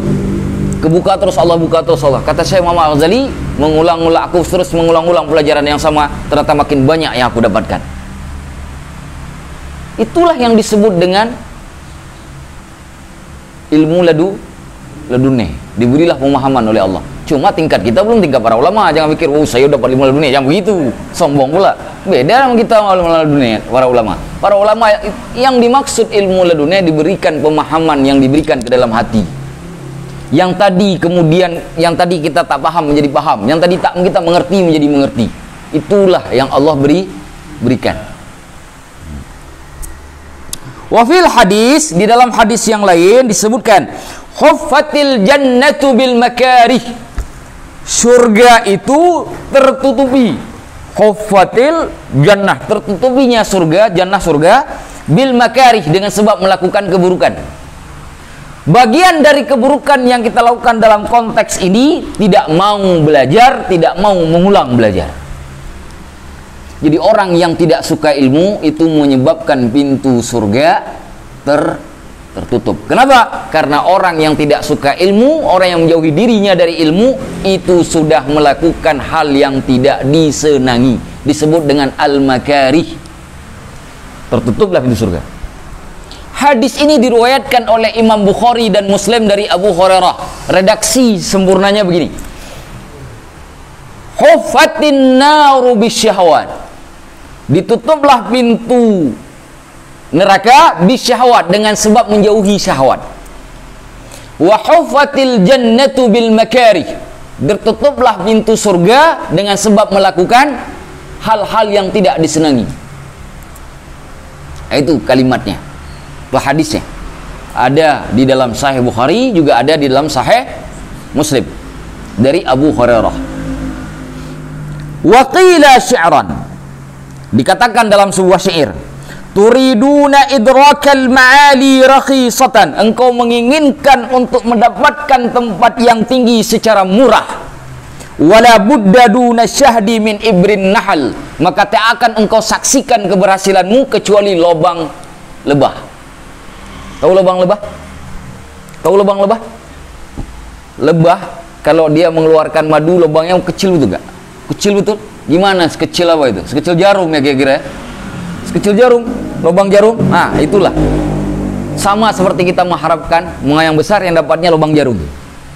Kenapa? Karena kita ingin berada di tempat yang tinggi tapi dengan cara yang murah. Bagaimana cara dengan yang murah? Santai-santai saja. Nggak keluarkan modal. Nggak ada. Orang mau dapat triliunan karena dia punya modal miliaran. Betul nggak?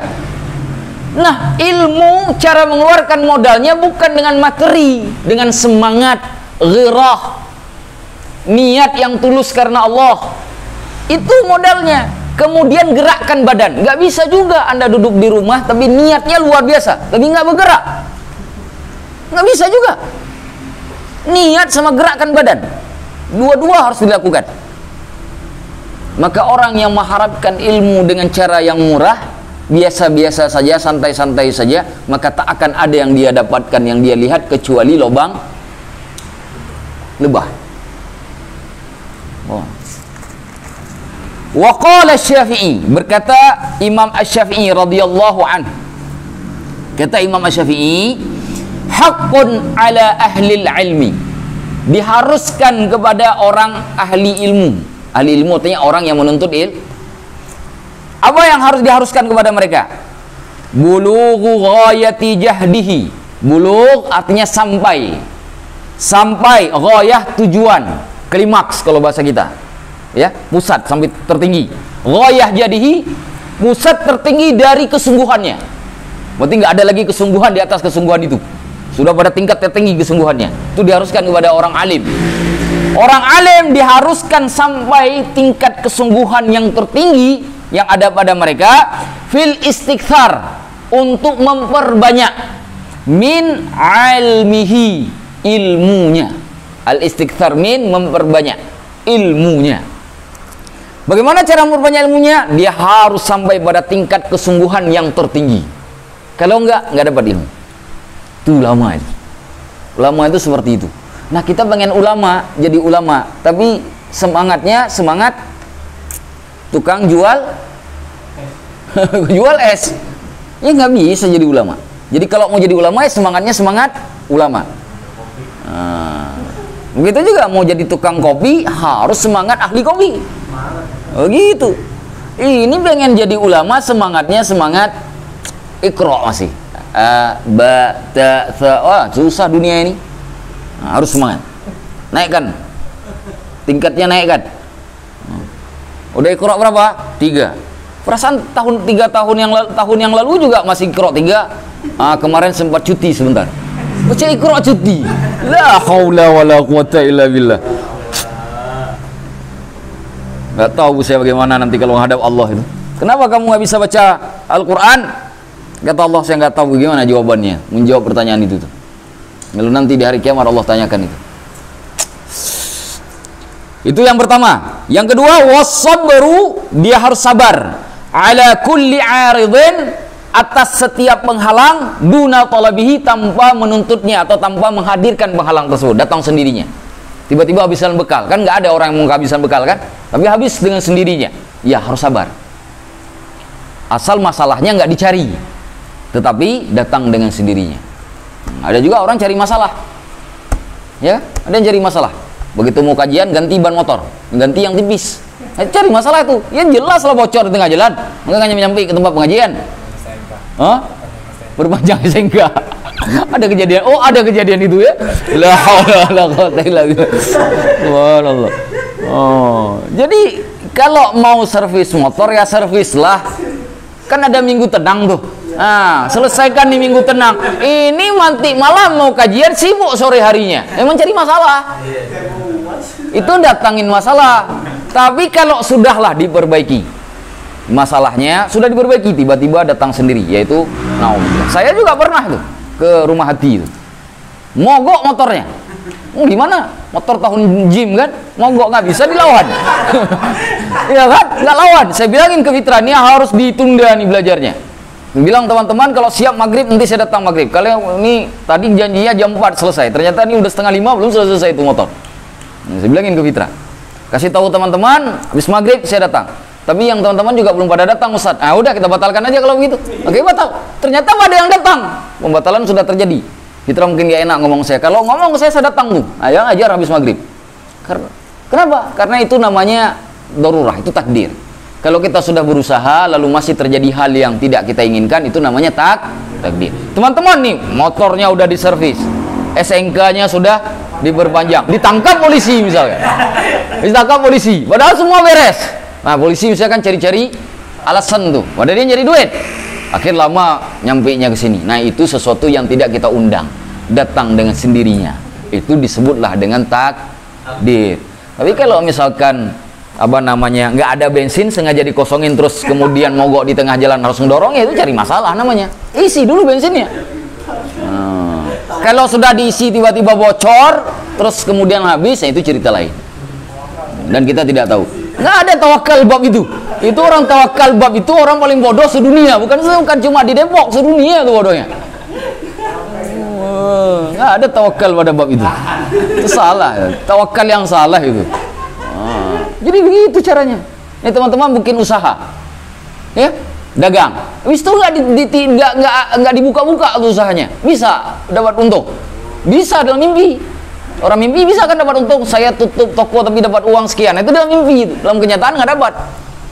Ya harus buka. Tapi kalau sudah dibuka nggak datang juga, orang itu namanya takdir. Sudah diusahakan nggak datang juga, itu namanya takdir. Ikhlas, sabar. Sabar. Ya, saya lagi ngulang pelajaran karena ini hari Sabtu saya disuruh ngisi masalah ridho pada ketentuan Allah. Lagi baca-baca kitab tentang ar-ridho bima biqada'illah, ridho dengan qadanya Allah, ketetapan Allah. Salah satu kitabnya kitab Ibnu Abid Dunya. Saya lagi saya baca-baca. Bahkan ada satu ungkapan yang saya temukan. Duduk dua orang ulama besar. Yang satu namanya Malik bin Dinar, yang kedua namanya Muhammad bin Wasi'. Duduk kedua ulama besar dari kalangan ulama salaf. Duduk. Kata Malik bin Dinar begini, oh, sungguh beruntung sekali. Tidak ada yang lebih istimewa, lebih baik daripada orang yang mendapatkan tanah, yang tanah itu dia bisa tinggal di atasnya. Artinya punya rumah kalau bahasa kita sekarang. Nggak ngontrak. Nah, itu kata Malik bin Dinar. Muhammad bin Wasik lagi duduk ngomong begini. Sungguh yang paling beruntung itu orang yang makan di siang hari dan dia tidak ada makanan di malam hari. Orang yang makan di malam hari, dia tidak ada makanan di siang hari, tapi dia ridho dengan ketetapan Allah. Itu kata Muhammad bin Wasi'. Muhammad bin Wasi'. Disebutkan juga dalam sebuah riwayat, kalau saya nggak salah dari Abu Darda, ada ungkapan begini. Siapa yang ridho kepada Allah birizqil yasir, dengan rezeki yang sedikit, radhiyallahu alaihi bil amalil qalil, Allah pun akan ridho kepada dia dengan amalan yang sedikit. Yang ridho dengan rezeki sedikit yang Allah berikan, Allah pun akan ridho dengan amalan sedikit yang dia lakukan. Kenapa? Kenapa? Karena orang sedikit rezekinya itu berat hidupnya. Makanya saya sering katakan, sedekah 5.000 orang miskin dengan sedekah 100.000 orang kaya nggak akan sama. Karena 5.000 orang miskin bisa jadi 1 miliar orang kaya. Coba. Coba. Tapi jangan kemudian ini jadikan dalil buat nggak belajar lagi, nggak berusaha. Kenapa? Nggak ada ongkos bensin.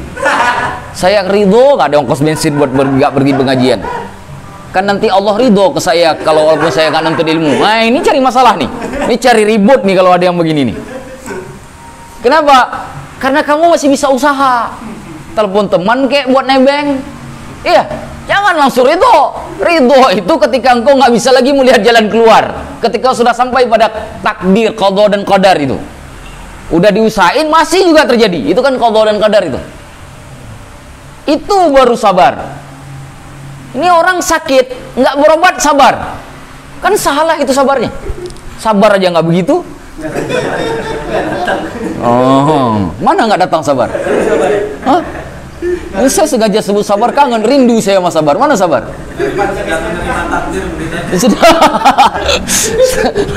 lagi dapat takdir ya. Subhanallah. Ini semoga nonton ini orangnya dengar. Allahu a'lam bishawab. Kita lanjutkan. Itu yang kedua, sabar. Itu ulama. Tadi yang pertama untuk memperbanyak ilmu dengan sungguh-sungguh. Yang kedua, sabar. Yang ketiga, wa ikhlasun niyyati lillahi ta'ala, ikhlas niatnya karena Allah Ta'ala. Itu bab yang tadi kita baca itu, innamal a'malu binniyat itu. Fi idraki ilmihi, untuk mendapati atau mengetahui ilmunya Allah, nassan, baik secara nas, wa istimbatan, maupun dengan cara pengambilan keputusan hukum. Nas itu redaksi. Al-Quran, hadis itu disebut nas. Teks namanya nas. Bahasa Arabnya nas. Istimbat, melahirkan hukum dari nas tadi. Kita baca hadis. Aula mastumun nis wala taqrabus salata wa antum sukara. Tidak boleh engkau dekati salat kalau engkau dalam kondisi mabuk. Ini kan ayatnya sudah ada nasnya nih. Bagaimana cara mengistimbatnya, mengambil kesimpulan hukumnya? Apakah boleh kita katakan, oh biar nggak usah ada kewajiban sholat, mabuk aja? Kan kalau mabuk nggak perlu sholat. Bisa begitu? Bisa? Nggak bisa. Makanya ketika mengambil hukum pun, para ulama itu ada yang ngambil wudhu dulu, ada yang sambil sholat dulu, macam-macam.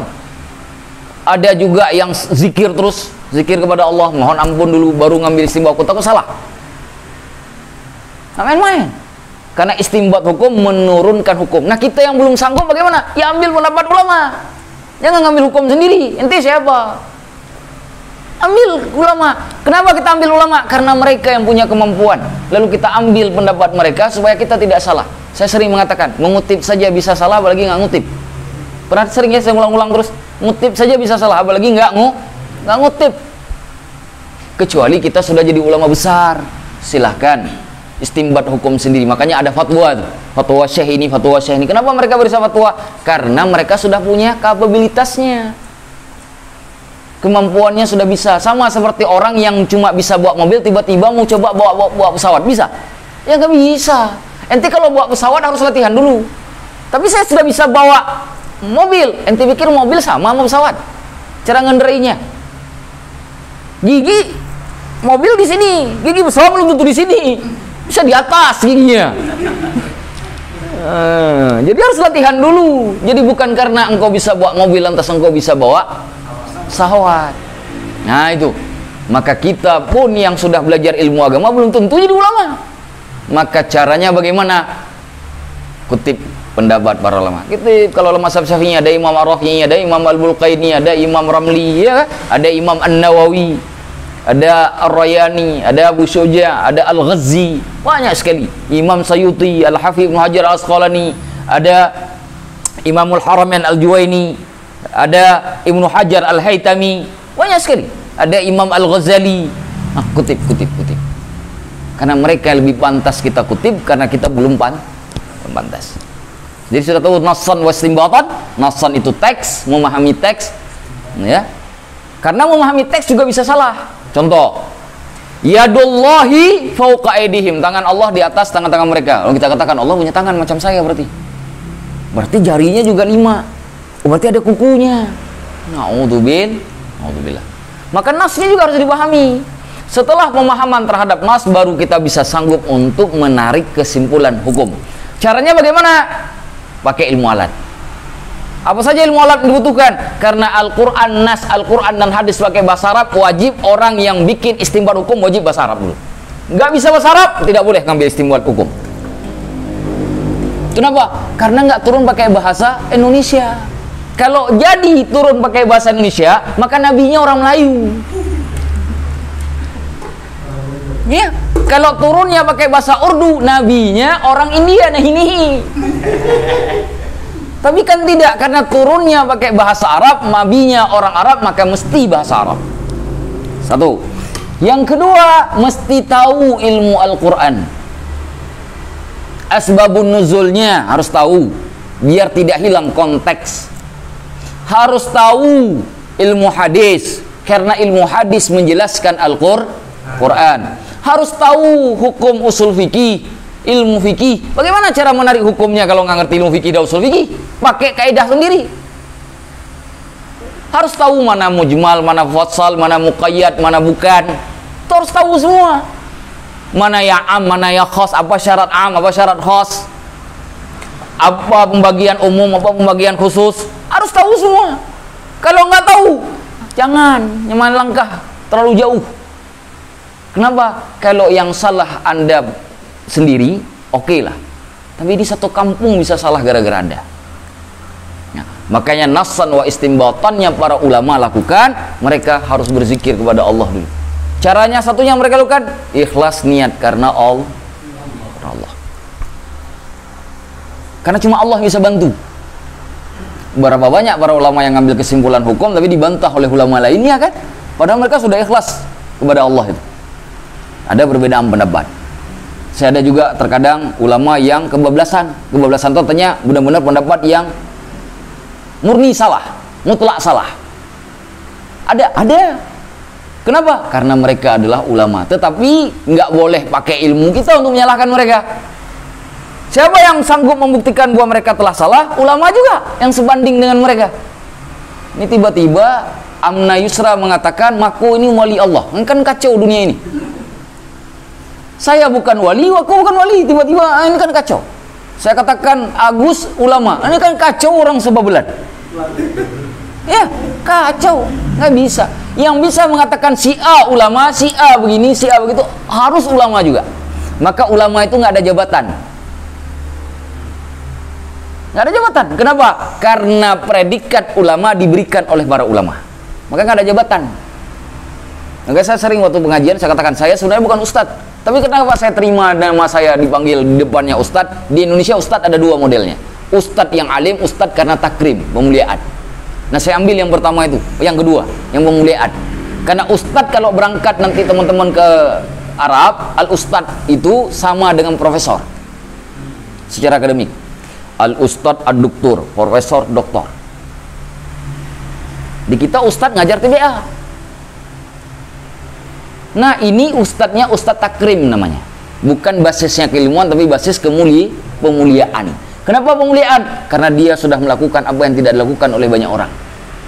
Apalagi hubungannya dengan mengajarkan Al-Quran. Itu pemuliaan. Tapi bukan ustadz dalam basis keilmuan. Makanya ustadz dalam pemuliaan tidak boleh disebut ulama.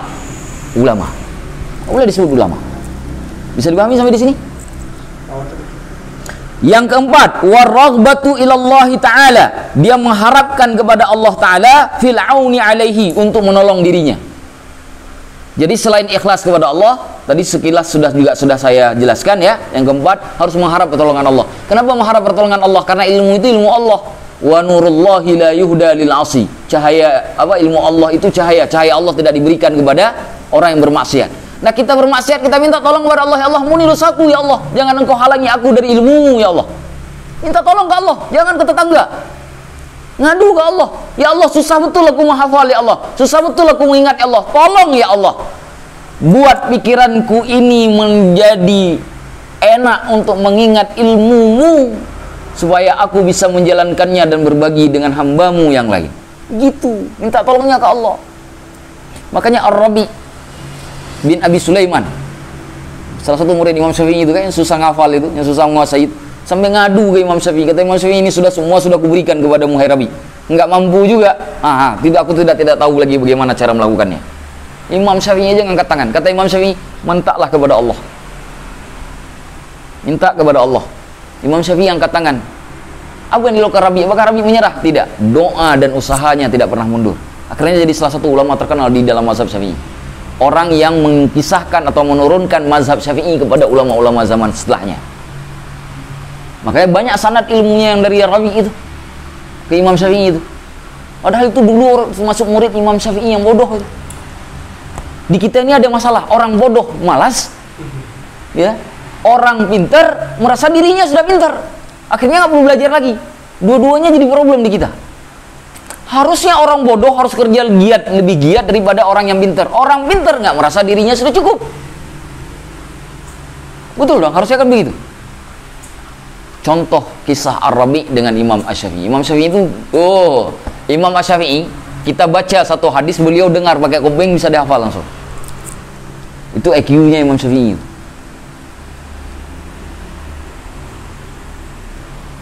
Maka jangan salah-salahkan Imam Syafi'i. Ngafal hadis satu aja susah, nyalahkan Imam Syafi'i. Ada juga yang nyalahkan Imam Syafi'i kan? Ngafal hadis satu pun nggak ada. La haula wala quwata illa billah. Ini kita mah susah ini zaman sekarang nih. Allahu akbar. Waqad qala sallallahu alaihi wasallam. Rasulullah sallallahu alaihi wasallam telah bersabda, ihras ala ma yanfa'uka. Berusahalah apa-apa yang apa-apa yang ada manfaat kepadamu, yang memberi manfaat kepadamu. Wasta'in billahi ta'ala, dan hendaklah engkau mohon pertolongan kepada Allah Ta'ala. Jadi setiap yang kita bisa memberi manfaat kepada kita itu disuruh untuk berusaha keras untuk kita dapat. Ilmu bermanfaat enggak? Bukan hanya dunia, akhirat. Maka disuruh usaha dengan kuat. Wasta'in billah. Ingat, jangan lupa setelah diusaha ada batasannya. Usaha kan ada batasannya, karena manusia kita ada batasan. Tapi ada sesuatu yang paling luar biasa setelah kita berusaha. Apa itu? Kita tolong ke Allah. Ini dalil yang menunjukkan tawakal itu nggak boleh doa saja. Wajib usaha. Ini salah satu dalilnya. Ya, kalau ada orang tanya apa arti tawakal, doa, usaha, dan doa, ini dalilnya nih, salah satunya. Usaha lalu minta tolong sama Allah. Bisa dipahami? Satu dulu. Hadis ini diriwayatkan oleh Imam Muslim dari Abu Hurairah. Diriwayatkan oleh Imam Muslim dari Abu Hurairah. Saya bacakan redaksi yang panjangnya. Al-mu'minul qawiyyu, ini redaksi panjangnya ya. Al-mu'minul qawiyyu, mukmin yang kuat, khairun wa ahabbu ilallahi, lebih baik dan lebih dicintai oleh Allah, minal mu'minid dhaif, dari mukmin yang lemah. Kuat secara ekonomi, kuat secara keilmuan, kuat secara pemahaman agama, itu lebih dicintai oleh Allah dari yang sebaliknya. Sudah pahami? Wa fi kulli khairin, pada setiap kebaikan. Setiap kebaikan, salah satunya adalah ilmu. Ihras ala ma yanfa'uk, hendaklah engkau berusaha keras mendapati apa-apa yang bermanfaat kepadamu. Wasta'in billah, dan mintalah pertolongan kepada Allah. Wala tu'jiz, jangan engkau merasa lemah. Kalau kita sedikit-sedikit itu capek, sedikit capek, jangan. Tapi kan kita dan manusia kan ada batasannya. Kadang-kadang malas, istirahat sebentar, sejam kayak 2 jam kayak kan. Bab sebelumnya juga sudah, kalau orang menuntut ilmu lagi malas, boleh tuh pergi ke mana, tepi sungai, lihat yang hijau-hijau, kan sudah kita bahas dulu sebelumnya. Boleh. Tapi kalau setiap hari begitu, itu udah lain cerita itu. Setiap hari begitu aja kerjaannya, lain ceritanya itu. Sesekali, jangan setiap hari. Makanya kita bikin apa itu, rihlah ilmi wal qalb. Nah itu 3 bulan sekali, bukan tiap hari. Kalau tiap hari bikin begitu, hancur nih amanah ini. Kan karena masalah faktor uang saja nggak belajar kita. Nah, yang punya istri pun maka cerai itu. Maka kita lakukan 3 bulan sekali. Kenapa 3 bulan sekali? Biar ada rehatnya dikit. Ada rehatnya sedikit. Setelah itu mulai lagi gas lagi, nggak berhenti. Kalau belum sampai gigi 5 belum berhenti. Ada mobil pakai gigi 6 nggak berhenti. Tapi kan ada saatnya bensin habis, stop di pom bensin, isi bensin dulu. Nah itu waktu istirahat kita tuh. Begitu bensinnya sudah ada, tancap lagi. Wala ta'jiz, jangan lemah, jangan lalai. Makna ta'jiz itu jangan lalai, jangan lemah, jangan galau, jangan jangan mengeluh, jangan apapun. Nggak ada duit, jangan mengeluh. Datang, di sini ada makanan, ini bagian dari Allah kasih biar nggak ada pengeluhan. Udah ada makanan, udah ada minuman, masih ngeluh juga, la haula wala quwata illa billah. Gimana kalau nggak ada? Ini nggak ada apa-apa nih di kita nih, yang ada cuma manusia sama meja doang. Ya, ini nggak ada nih semua yang ada di depan kita. Kira-kira ada yang datang lagi nggak? Saya kira cuma tinggal saya aja sendiri udah sama 2 HP ini. Assalamualaikum warahmatullahi wabarakatuh. Tinggal saya sama 2 HP ini udah. Lama-lama kata HP, Ustadz, antum 1 langkah lah masuk surga, saya di belakang. Berdua lah kami ini, bertiga kami dengan HP ini. La haula wala quwata illa billahil aliyil azim. Allahu akbar. Kita lanjutkan hadisnya. Wa in asabaka syai'un, kalau engkau ditimpakan oleh sesuatu, misalkan sakit, kemudian masalah, di tengah jalan kita untuk ilmu timpa masalah, kan bisa saja tadi, selama tidak kita cari masalahnya, datang dengan sendirinya. Fa in asabaka syai'un, sekiranya engkau ditimpa oleh sesuatu, fala taqul, jangan engkau katakan lau anni fa'altu kana kadza wa kadza, sekiranya aku buat begini pasti enggak begini-begini. Sekiranya aku begini enggak begini-begini. Ya. Mogok motor di jalan, sekiranya enggak berangkat pengajian enggak begini-begini. Enggak mogok di tengah jalan di tempat gelap pula. Jangan katakan itu. Tidak dibolehkan oleh Nabi. Kenapa? Kan pertanyaannya kenapa? Walakin khul, tapi katakanlah qaddarallah. Ini merupakan takdir Allah. Allah telah mentakdirkan. Itu yang tadi saya katakan. Kita sudah berusaha, ternyata tidak sebagaimana yang kita inginkan. Terjadi hal yang tidak kita inginkan. Itulah yang disebut dengan takdir. Kita katakan qaddarallah. Makanya kan ada tuh orang-orang tuh sering nyebut, udah qaddarullah, takdirullah, qaddarallah. Banyak tuh yang nyebut begitu. Ini ada hadisnya. Bukan karena nggak ada hadisnya, ada hadisnya. Qaddarallah, katakan. Kalau tertimpa masalah, katakan qadarullah. Contoh Muammar, kecelakaan, jalannya pun susah, tapi tetap datang ke pengajian. Begitu. Contoh yang begitu. Menuntut ilmu itu begitu. Tapi jangan habis saya ngomong begini tuh tiba-tiba nabrak orang biar kecelakaan terus membuktikan nih biar dipuji Ustaz Amna. Saya nggak akan puji.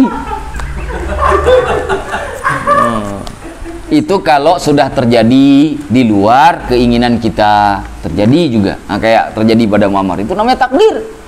Jangan katakan sekiranya, katakan qaddarallah. Kecuali memang salah kita. Udah tahu jalannya salah, masih juga kita masuk jalan itu yang berlawanan arah, lalu tabrak, qaddarallah. Ente yang salah. Oh, qaddarallah. Nggak mungkin Allah mentakdirkan yang salah kalau kamu melakukan yang salah. Ya, kita ini kan suka main-main api. Terbakar, qaddarallah. Ente yang main api terbakar. Ya kalau biar nggak terbakar jangan main api. Apalagi api asmara kan.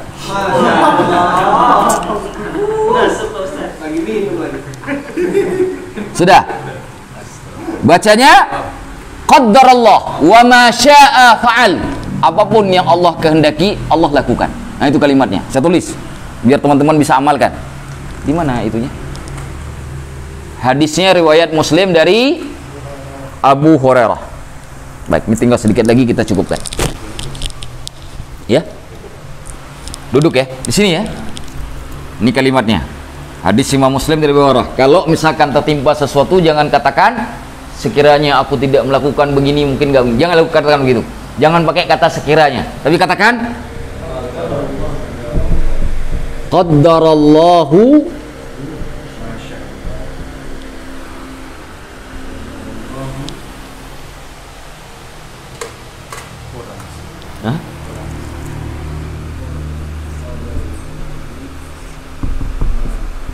ma syaa fa'al. Ma syaa, apa-apa yang Allah kehendaki, fa'al, Allah lakukan.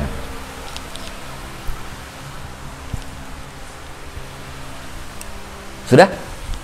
Qaddarallahu wa ma syaa fa'al. Ini ya.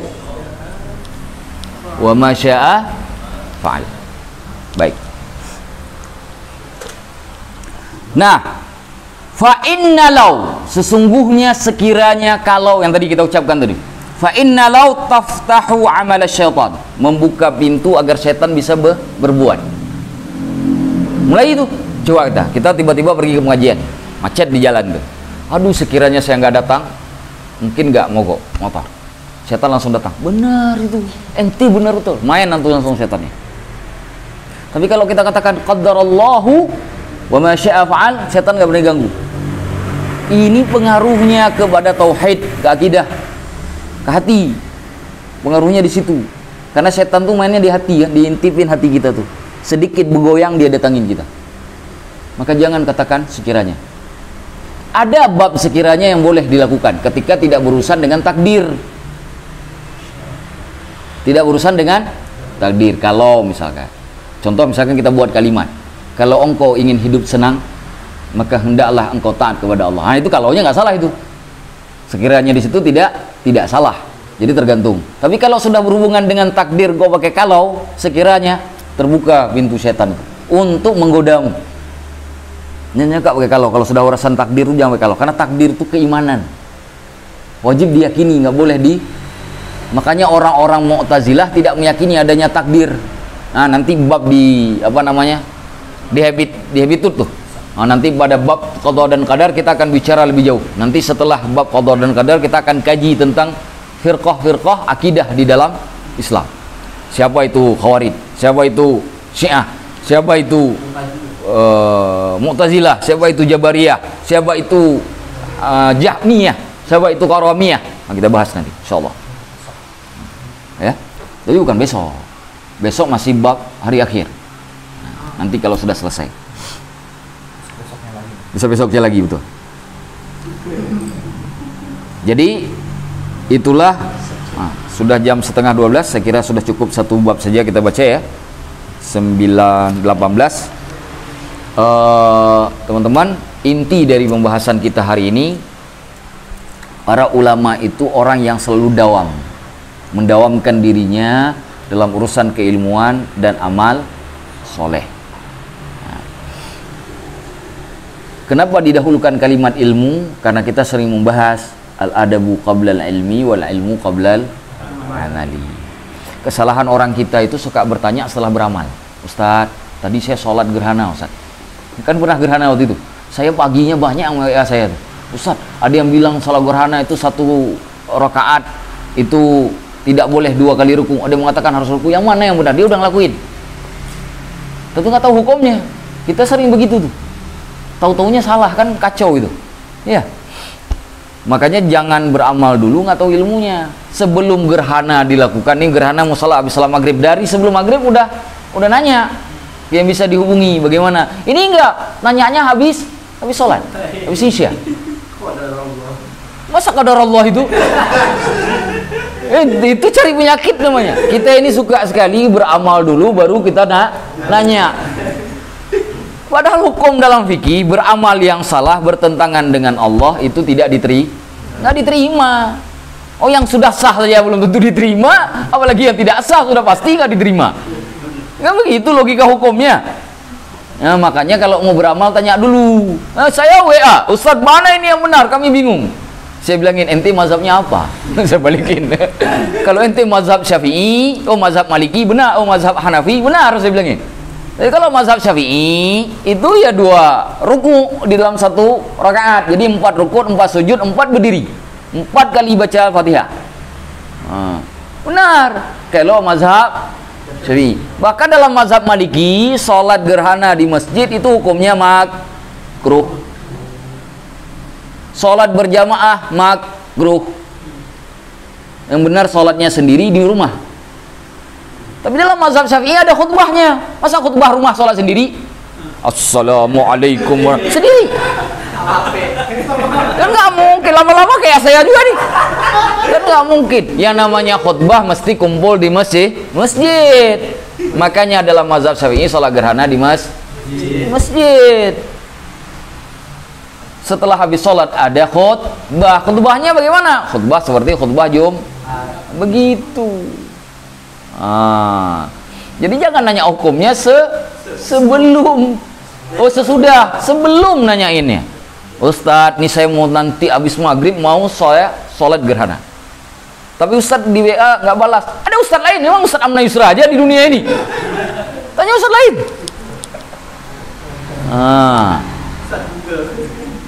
Jangan Ustadz Google, tanyalah Ustadz yang hidup. Nggak udah mati semua Ustadz ini, cuma Ustadz Google aja yang ada. Tanya Ustadz lain. Ya. Ustadz, bagaimana saya mau sholat gerhana nanti di tempat saya tinggal, masjid saya tinggal, nih mau kumpul mau sholat gerhana, apa harus saya lakukan? Bagaimana cara melakukan? Saya nggak ada ilmunya Ustadz, tolong bimbingannya. Sama Ustadz dikasih tahu. Beda.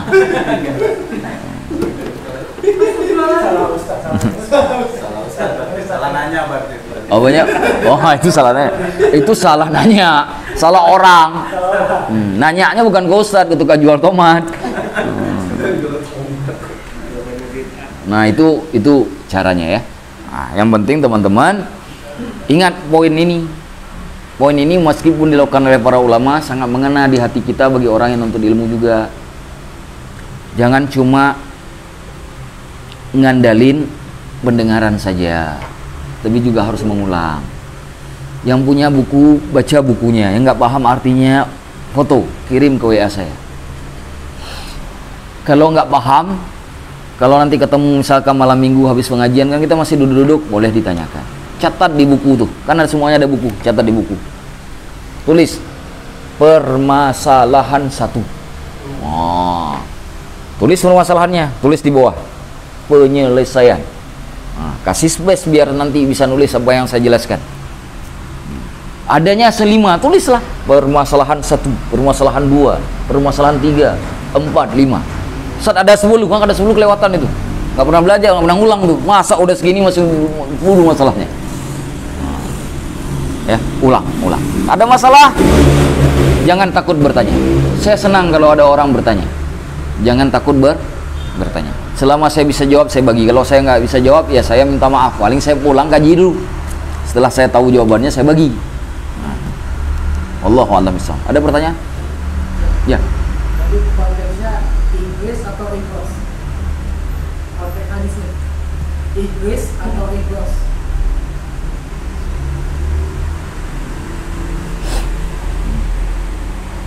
Harasa yahrisu, ihris ya. Ihris. Sebentar, saya lihat kamus ya. Kalau nggak salah harasa yahrasu betul juga. Kemudian yang kedua Ustaz, kalau tadi Ustaz. Sebentar, saya jawab satu-satu ya. Saya buka kamus dulu. Takutnya nanti salah. Daripada salah kan, kita buka kamusnya. Jangan sampai salah. Apakah ada dua-dua atau cuma satu saja? Saya ada kamus apa nih namanya nih? Ada aplikasinya. Teman-teman bisa download. Al-Ma'ani. Ya.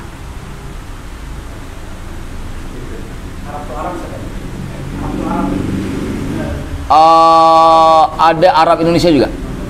Atau buka aja, ada juga websitenya almaani.com.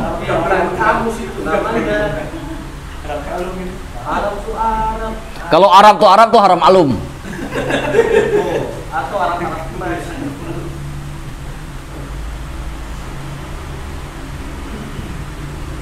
Harasa, iya, yahrisu, betul. Harasa yahrisu, benar. Berarti ihris. Yang kedua, Wasta'in billah wala ta'jiz wala ta'jaz. yang tadi bukan wala ta'jiz, tu'jiz. Tu'jiz af'ala yuf'il. Af'ala yuf'ilu. Kalau tu'jiz nggak mungkin tu'jaz. Wala tu'jiz itu artinya engkau melemahkan dirimu sendiri. Nah. Hah? Atau boleh juga dibaca dalam bentuk sulasi mujarad. Wala ta'jiz juga boleh. Kalau ta'jiz artinya lemah, tu'jiz artinya melemahkan. Nah. Atau menganggap diri menjadi lemah. Wallahu a'lam bishawab. Ada lagi? Ya. Kan dalam artian kan pada saat kita dapat malas gitu kan, ataupun misalnya dapat apa namanya mungkin sesuatu hal yang nyangkut tentang sesuatu itu maksudnya emang benar-benar mesti dipaksakan atau kita emang butuh kayak waktu rehat tertentu kan? Tergantung konteksnya. Kalau terus-terusan kayak begitu yang harus dipaksakan. Ini tiap hari sehari 5 kali bosan. Nah, itu harus dipaksakan itu. Karena nggak bisa, kalau dibikin santai makin tambah lalai. Tapi kalau memang sesekali, bukan tiap kali. Kalau udah tiap kali, bukan lagi sesekali, itu udah kacau itu. Itu bukan lagi bosan namanya. Itu udah jadi kebiasaan. Harus dipaksakan. Tapi kalau sesekali, ya, 3 hari datang sekali, 4 hari datang sekali, nah itu harus rehat. Makanya tadi wastirahatin limalal, istirahat karena bosan tadi itu.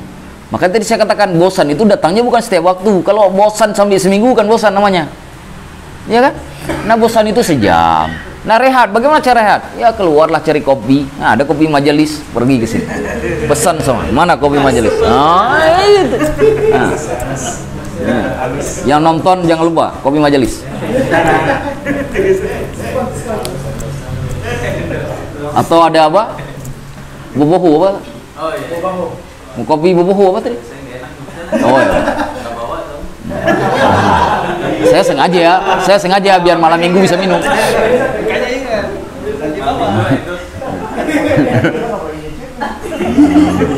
Ya, begitu ya cara memahaminya. Tergantung konteks. Kalau konteksnya sering malas, sering bosan kayak begitu, itu jadi penyakit itu. Harus dipaksa. Tapi kalau sesekali, maka harus rehat. Rehat itu bisa macam-macam ya. Nyantai, ya, ketemu teman-teman. Tapi jangan ketemu teman-teman main futsal, kopi majelis, nah gitu-gitu tuh. Atau pergi rehlah, nah gitu. Oke, saya bilang yang kata saya Rudi, ini 3 bulan sekali ini harus jadi ini program kita ini. Kenapa? Bisa mati kita nih. Kata Rosdi, kalau ini apa? Kalau memang misalkan jauh, nggak mahal, nggak usah. Saya bilangin saya meninggal, saya nggak kuat. Saya bilangin, saya meninggal, saya nggak kuat. Saya bilangin, butuh rehat kita, ya. Pergi kita 3 hari 3 malam, ya, ke gunung, lihat alam bebas, lihat tanda-tanda kebesaran Allah. Lalu pulang kita cas lagi energinya, tancap lagi. Nah, nanti semoga ke depan yang rilah selanjutnya. Kemarin berapa orang? Terakhir tuh lumayan ramai ya. Berapa orang? Oh enggak, kemarin enggak terakhir karena raker. Cantigi itu lumayan ramai ya kemarin tuh. Berapa orang? Itu sekitar 25. 25. Nah, semoga bisa sampai 50-an ke depan. Lebih 25 Cantigi. Di sini aja udah 20-an. Lebih cantik itu hampir 50 gitu. Enggak ya? 20 yang sama yang Ya insya Allah semoga ke depan bisa sampai 5-6 mobil lah bisa datang ya, kita rencanakan insya Allah, amin ya rabbal alamin. Tapi jangan semangat rihlah terus nuntut ilmunya nggak semangat, giliran rihlah udah ada dia, giliran nuntut ilmu nggak pernah kelihatan, susah juga itu. Itu harus begitu sampai ke tempat rihlah itu harus harus ruqyahnya pakai rotan. Ya Allah, kalau ada lagi cukup, nanti kalau ada pertanyaan sambil santai-santai saja ya teman-teman semuanya. Insya Allah apa yang sudah kita pelajari hari ini bukan hanya sekadar bahan dengar saja, bahan ingat saja, tapi ini harus ditindaklanjuti. Yang kita pelajari malam ini harus ditindaklanjuti. Cara menindaklanjutinya, setiap orang harus punya tanggung jawab terhadap dirinya masing-masing. Niatkan karena Allah. Ingat 4 poin yang disebutkan oleh Imam Syafi'i. Pertama, harus berusaha semaksimal mungkin pada tingkat kesungguhan tertinggi untuk memperbanyak ilmu. 1. Yang kedua, sabar jika ada musibah atau masalah selama musibah dan masalah itu tidak kita undang. Dia datang dengan sendirinya karena itu masuk bab takdir. Yang ketiga, ikhlas karena Allah Ta'ala, bukan karena yang lain-lainnya. Karena niat menentukan kadar kita di mata Allah. Keempat, berharap pertolongannya Allah. Ingat 4 hal itu. Setiap datang ke sini, ingat 4 hal yang kata Imam Syafi'i. Mau datang menghidupin motor, gas pertama nih, sungguh-sungguh. Gas yang kedua, sabar. Gas ketiga, ikhlas. Gang keempat, mohon pertolongan kepada Allah. Baru berangkat. Panas sendiri tuh motor tuh. Berangsung berangkat ya insyaallah. Hadanallahu wa yakum ajmain. Qulu qawli hadza wa astaghfirullahal azim. Assalamualaikum warahmatullahi wabarakatuh. Waalaikumsalam.